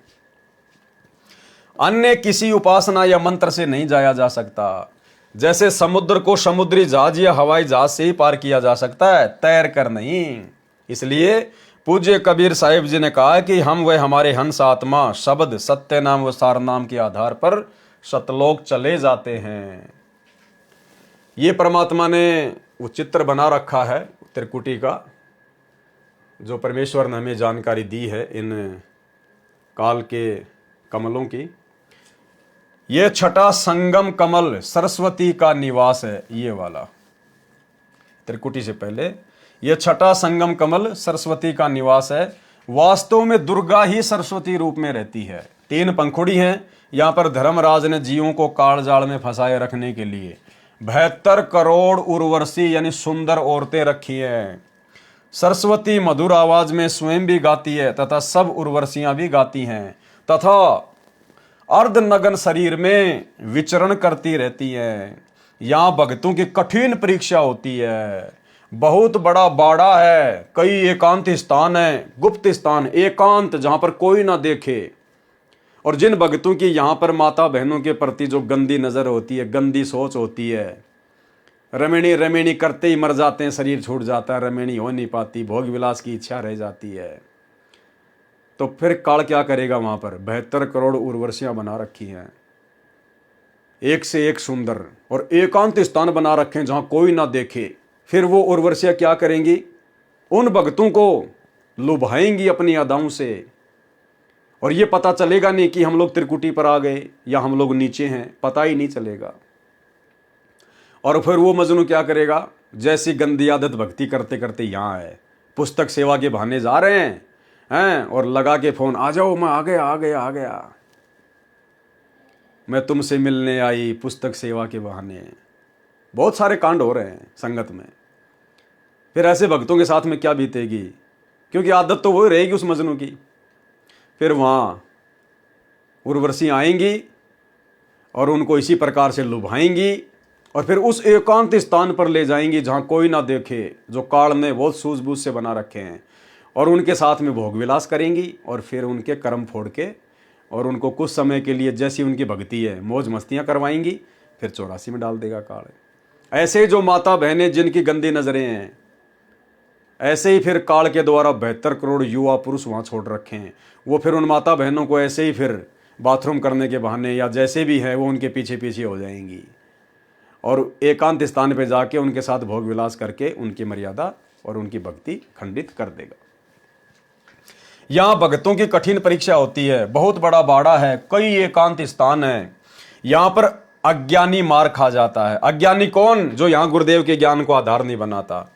इसकी एक पंखुड़ी में काल अन्य रूप में निवास करता रहता है, जो उन भक्तों को पकड़ लेता है जो सुंदर स्त्रियों को देखकर भ्रमित होते हैं। इसके साथ करोड़ों की संख्या में युवा रहते हैं जो भगतमतियों को अपनी ओर आकर्षित करके काल जाल में रखते हैं। इसी छठे कमल की तीसरी पंखुड़ी जो दाईं ओर है, उसमें सत्य पुरुष भी अन्य रूप में रहते हैं जो भक्तों को वाणी सुनाकर काल जाल से सचेत करते हैं और उनको अपनी ओर आने का संकेत करते हैं। भगत इशारा समझ जाते हैं और दौड़कर उनके पक्ष में चले जाते हैं। फिर 2 दल के कमल में भगत भगतमती चले जाते हैं। वहां पर आत्मा के शरीर का प्रकाश 16 सूर्यों के प्रकाश तुल्य हो जाता है। वहां मनुष्य जैसा ही अमर शरीर आत्मा को प्राप्त होता है। वहां पर जीव नहीं कहलाता। कहाँ? सतलोक में।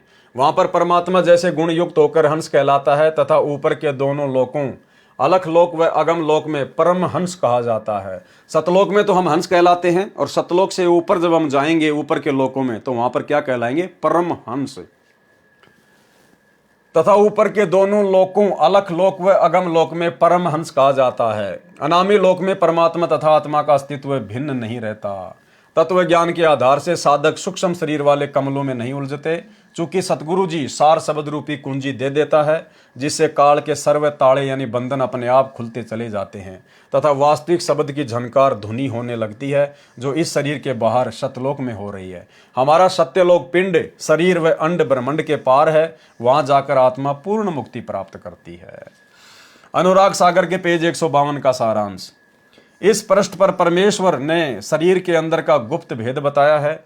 इस मानव शरीर में 72 नाड़ियां हैं। उनमें 3 ईड़ा, पिंगला तथा सुषुम्ना मुख्य हैं।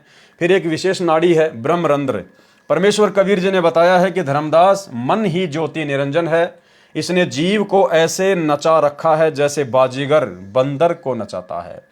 इस शरीर में 5 तत्व, 25 प्रकृति तथा 3 गुण काल के 3 एजेंट हैं, जीव को धोखे में रखते हैं। इस शरीर में काल निरंजन तथा जीव दोनों की मुख्य भूमिका है। काल निरंजन मन रूप में सब पाप करवाता है, पाप जीव के सिर रख देता है। अनुराग सागर के पेज 153 का सारांश। काल ने ऐसा धोखा कर रखा है कि जीव परमेश्वर को भूल गया है। मन कैसे पाप पुण्य करवाता है? मन ही काल कराल है, ये जीव को नचाता है। सुंदर स्त्री को देखकर उससे भोग विलास करने की उमंग मन में उठाता है। स्त्री भोग कर आनंद काल निरंजन ने ले लिया, पाप जीव के सिर पर रख देता है। वर्तमान में सरकार ने सख्त कानून बना रखा है, यदि कोई पुरुष किसी स्त्री से बलात्कार करता है तो उसको 10 वर्ष की सजा होती है। यदि नाबालिग से बलात्कार करता है तो आजीवन कारागार की सजा होती है। आनंद 2 मिनट का मन की प्रेरणा से तथा दुख पहाड़ के समान, इसलिए पहले ही मन को ज्ञान की लगाम से रोकना हितकारी है। अनुराग सागर के पेज 154 का सारांश। पराये धन को देखकर मन उसे हड़पने की प्रेरणा करता है। चोरी कर जीव को दंड दिलाता है, पर निंदा पर धन हड़पना ये पाप है। काल इसी तरह जीव को कर्मों के बंधन में फंसा कर रखता है। संत से विरोध तथा गुरुद्रोह ये मन रूप से काल ही करवाता है, जो घोर अपराध है। अब संत से विरोध तथा गुरुद्रोह, एक तो होता है भाई और बहनों संत का प्रत्यक्ष रूप में विरोध करना, निंदा करना। एक होता है अप्रत्यक्ष रूप में। तो वर्तमान में अप्रत्यक्ष रूप में सतगुरु रामपाल जी की निंदा और उनका विरोध खुद सतलोक आश्रम मैनेजमेंट हरियाणा कर रहा है और लाखों की संगत से करवा रहा है। कैसे? संत रामपाल जी के ज्ञान और विधान के विपरीत उनके जेल जाने के बाद उनके परिवार ने, इन आश्रम वालों ने संगत से 2019 में कांग्रेस सरकार को वोट डलवाए, कांग्रेस सरकार का समर्थन करवाया बीजेपी के विरोध में।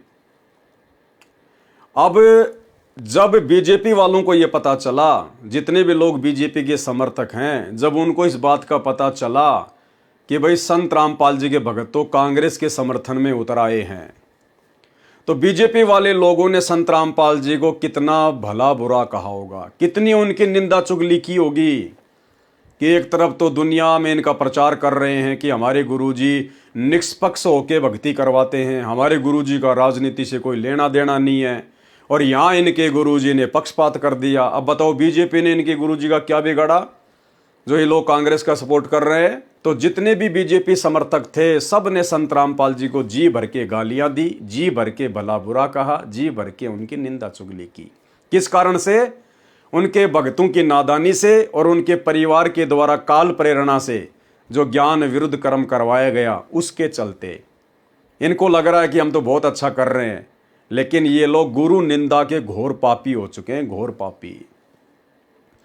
फिर वर्तमान 2024 में उसी काल प्रेरणा से गुरुदेव के परिवार वालों ने, आश्रम वालों ने कांग्रेस सरकार का पल्लू छोड़ दिया और बीजेपी के तलवे चाटने लग गए।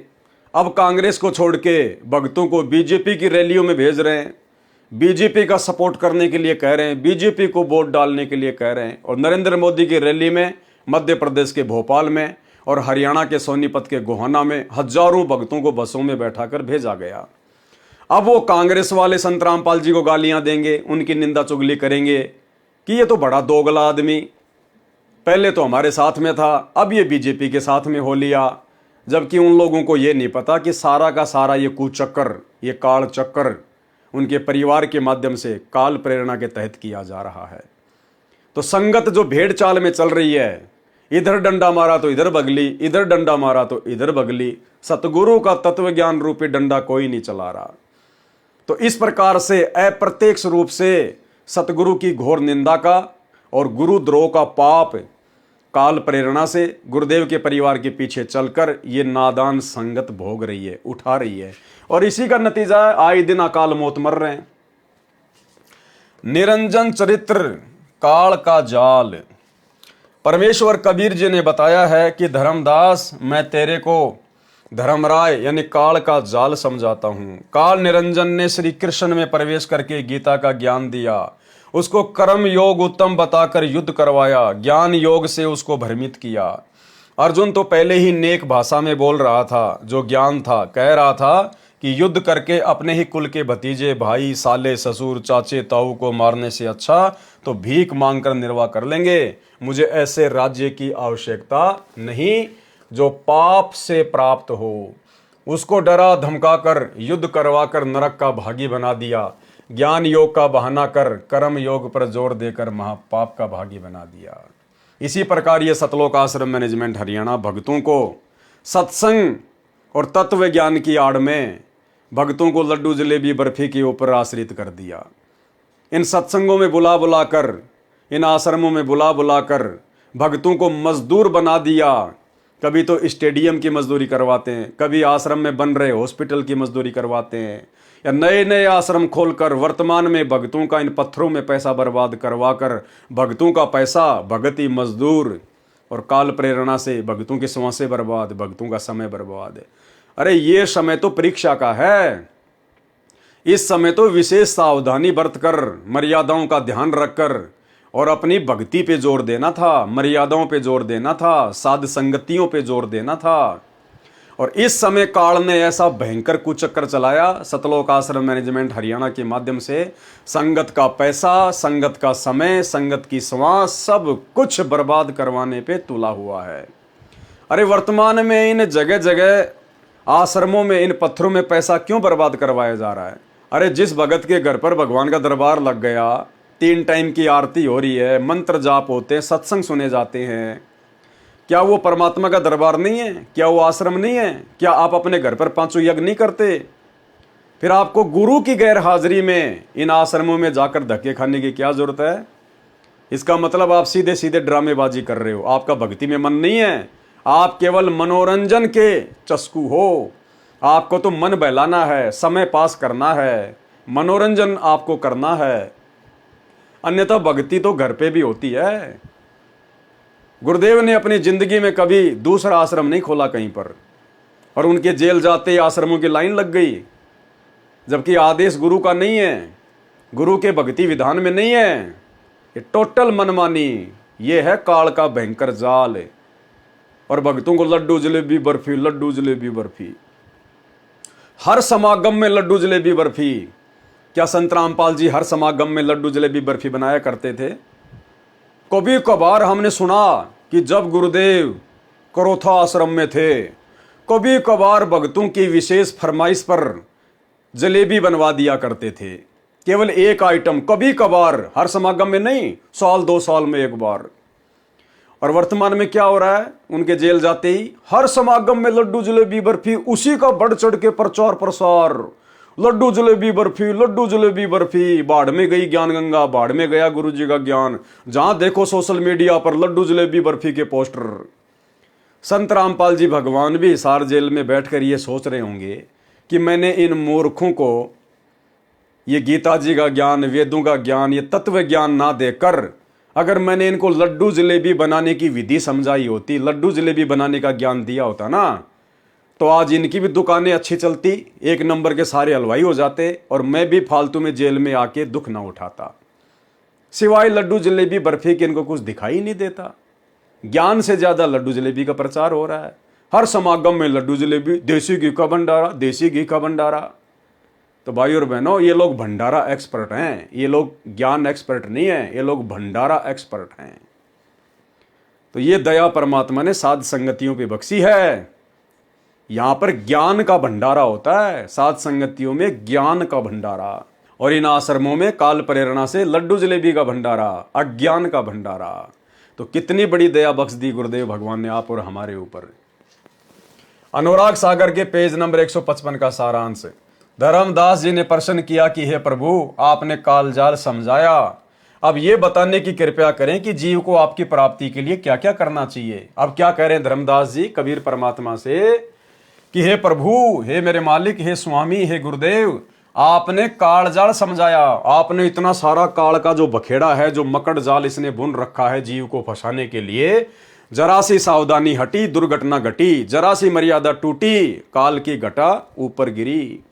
तो आपने ये तो मुझे समझा दिया है, अब ये बताने की कृपया करें कि जीव को आपकी प्राप्ति के लिए क्या करना चाहिए, किस प्रकार से एक अच्छे भगत बने, हमारे अंदर वो शिष्टाचार, वो नेक नीति, ईमानदारी, कैसे मर्यादा निभाएं, किस प्रकार से हम भगत बनकर आपको अच्छे लगेंगे ताकि आप अपनी मेहर की दया कर सको।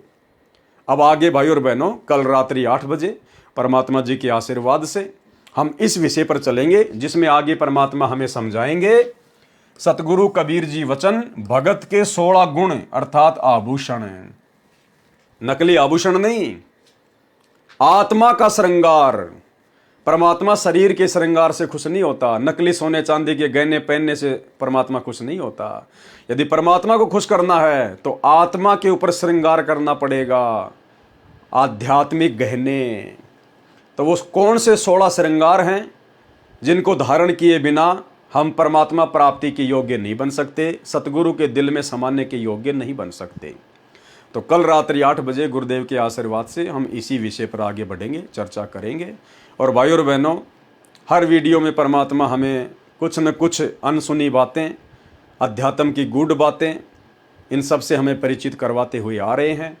और साथ साथ हमने कोशिश करनी है जितना हम गुरुदेव के तत्व ज्ञान को, इन विशेष बातों को अपने जीवन में अमल कर सकें, साथ साथ में अमल भी करते हुए चलें। तभी ये कबीर सागर के सरलार्थ को पढ़ने का और गुरुदेव भगवान के कर कमल से लिखने का कोई फायदा है। अन्यथा हम परमात्मा के और दोषी बन जाएंगे कि जान बूझ सांची तजय और करे झूठ से ने, ताकि संग थे प्रभु शौपन में भी ना दे। तो ये विशेष रजा, ये विशेष मेहर, ये गुप्त ज्ञान, ये सार ज्ञान जो परमात्मा ने अपने कर कमल से लिख के इन पुस्तकों में छुपा रखा है, जो अब सात संगतियों के माध्यम से परमात्मा सबके लिए उजागर करवा रहे हैं। लेकिन सबके भाग्य में भाई और बहनों ये वीडियो देखना नहीं है, सबके भाग्य में नहीं है। जैसे भगवान 1994 में से पूरी दुनिया को ज्ञान दे रहे हैं, लेकिन कितने लोग हैं जो उनके ज्ञान को सुन रहे हैं? मुट्ठी भर भी नहीं है। ठीक इसी प्रकार साध संगतियों के माध्यम से परमात्मा अब जो अध्यात्म के खुलासे करवा रहे हैं इन पुस्तकों के माध्यम से, ये भी हमारे सभी भगत भाई बहनों के भाग्य में नहीं होगा। तो परमात्मा कहते हैं सकल पदार्थ है जग माही और कर्महीन नर पावत नाही। गुरु से उपदेश लेने के बाद भी इन सतलोक आश्रमों से जुड़े हुए 90% भाई बहन कर्महीन है, कर्महीन। ये दया परमात्मा ने कर्म बनाने की हम सत्सेवकों के ऊपर बख्शी है। ये अमृत, ये परमात्मा का अमृत ज्ञान आज आप और हमारे सामने निकल निकल के आ रहा है। हमें उमंग होती है और अधिक भक्ति मार्ग में आगे बढ़ने की हमारे अंदर प्रेरणा होती है। और दूसरी तरफ हमारे गुरु भाई बहन जो आश्रमों से जुड़े हुए हैं, जो कर्महीन हैं, वो आंखों देखकर भी उल्टे ही कमेंट्स करते हैं कि गुरुद्रोही है, गुरुद्रोही है, इसके वीडियो मत देखो, इसके वीडियो मत देखो। अरे भाई, फिर तुम क्यों अपने कर्म फोड़ने के लिए आ रहे हो? करनी तज कथनी कथ है, अज्ञानी दिन रात, कुत्ते ज्यों भौंकत फिरे, सुनी सुनाई बात है। दूसरों को हमारे वीडियो देखने के लिए मना करता है और खुद लाइव में आके जुड़ रहा है। तो भाई और बहनों, इनकी ज्ञान वाली आंखें पूरी तरह से फूट चुकी हैं। परमात्मा कहते हैं कि माया का रस पियाकर फूट गए पटचार। इनके चारों आंखें, 2 चरम और 2 सूक्ष्म दृष्टि वाली हृदय की आंखें, इन आश्रमों से जुड़े हुए भाई बहनों की चारों आंखें फूटी पड़ी हैं। इनको केवल गुरु जी के पूरे ज्ञान में और 30 साल में एक ही बात समझ में आई है, गुरुद्रोही की पैड़ पर जय पगावे वीर, 84 निश्चय पड़े सतगुरु कहें कबीर, बस। और इनको कुछ ना बोलना आता, ना आगे इनको समझना आता। तो ये दया परमात्मा ने संपूर्ण तरीके से आप और हमारे ऊपर की है। और भाई और बहनों, हम गुरु के ज्ञान को आधार बनाकर अब हमने आगे बढ़ने की तैयारी करनी है, अपने आप को संवारना है। ये फाइनल स्टेज की परीक्षा है आप और हमारी। आगे जो शरण में आएंगे उनकी परीक्षा परमात्मा आगे लेगा, नहीं लेगा, वे जाने, उनका काम जाने। 1994 से लेकर 2014 तक परमात्मा ने जिन जिन को जोड़ दिया, उनके हिसार जेल से बाहर आने तक ये उनकी परीक्षा चल रही है। और ये फाइनल परीक्षा है। इसको हल्के में लेने वाला, मजाक में लेने वाला आगे चलकर खून के आंसू रोएगा जब पता चलेगा कि हम तो रह गए। तो आज के वीडियो में केवल इतना ही। कल रात्रि 8 बजे सभी भाई बहन फिर से जुड़ें। तब तक गुरुदेव हम सबको आज्ञा दें, इजाज़त दें, आशीर्वाद दें। बंदी छोड़ सतगुरु रामपाल जी भगवान की जय हो।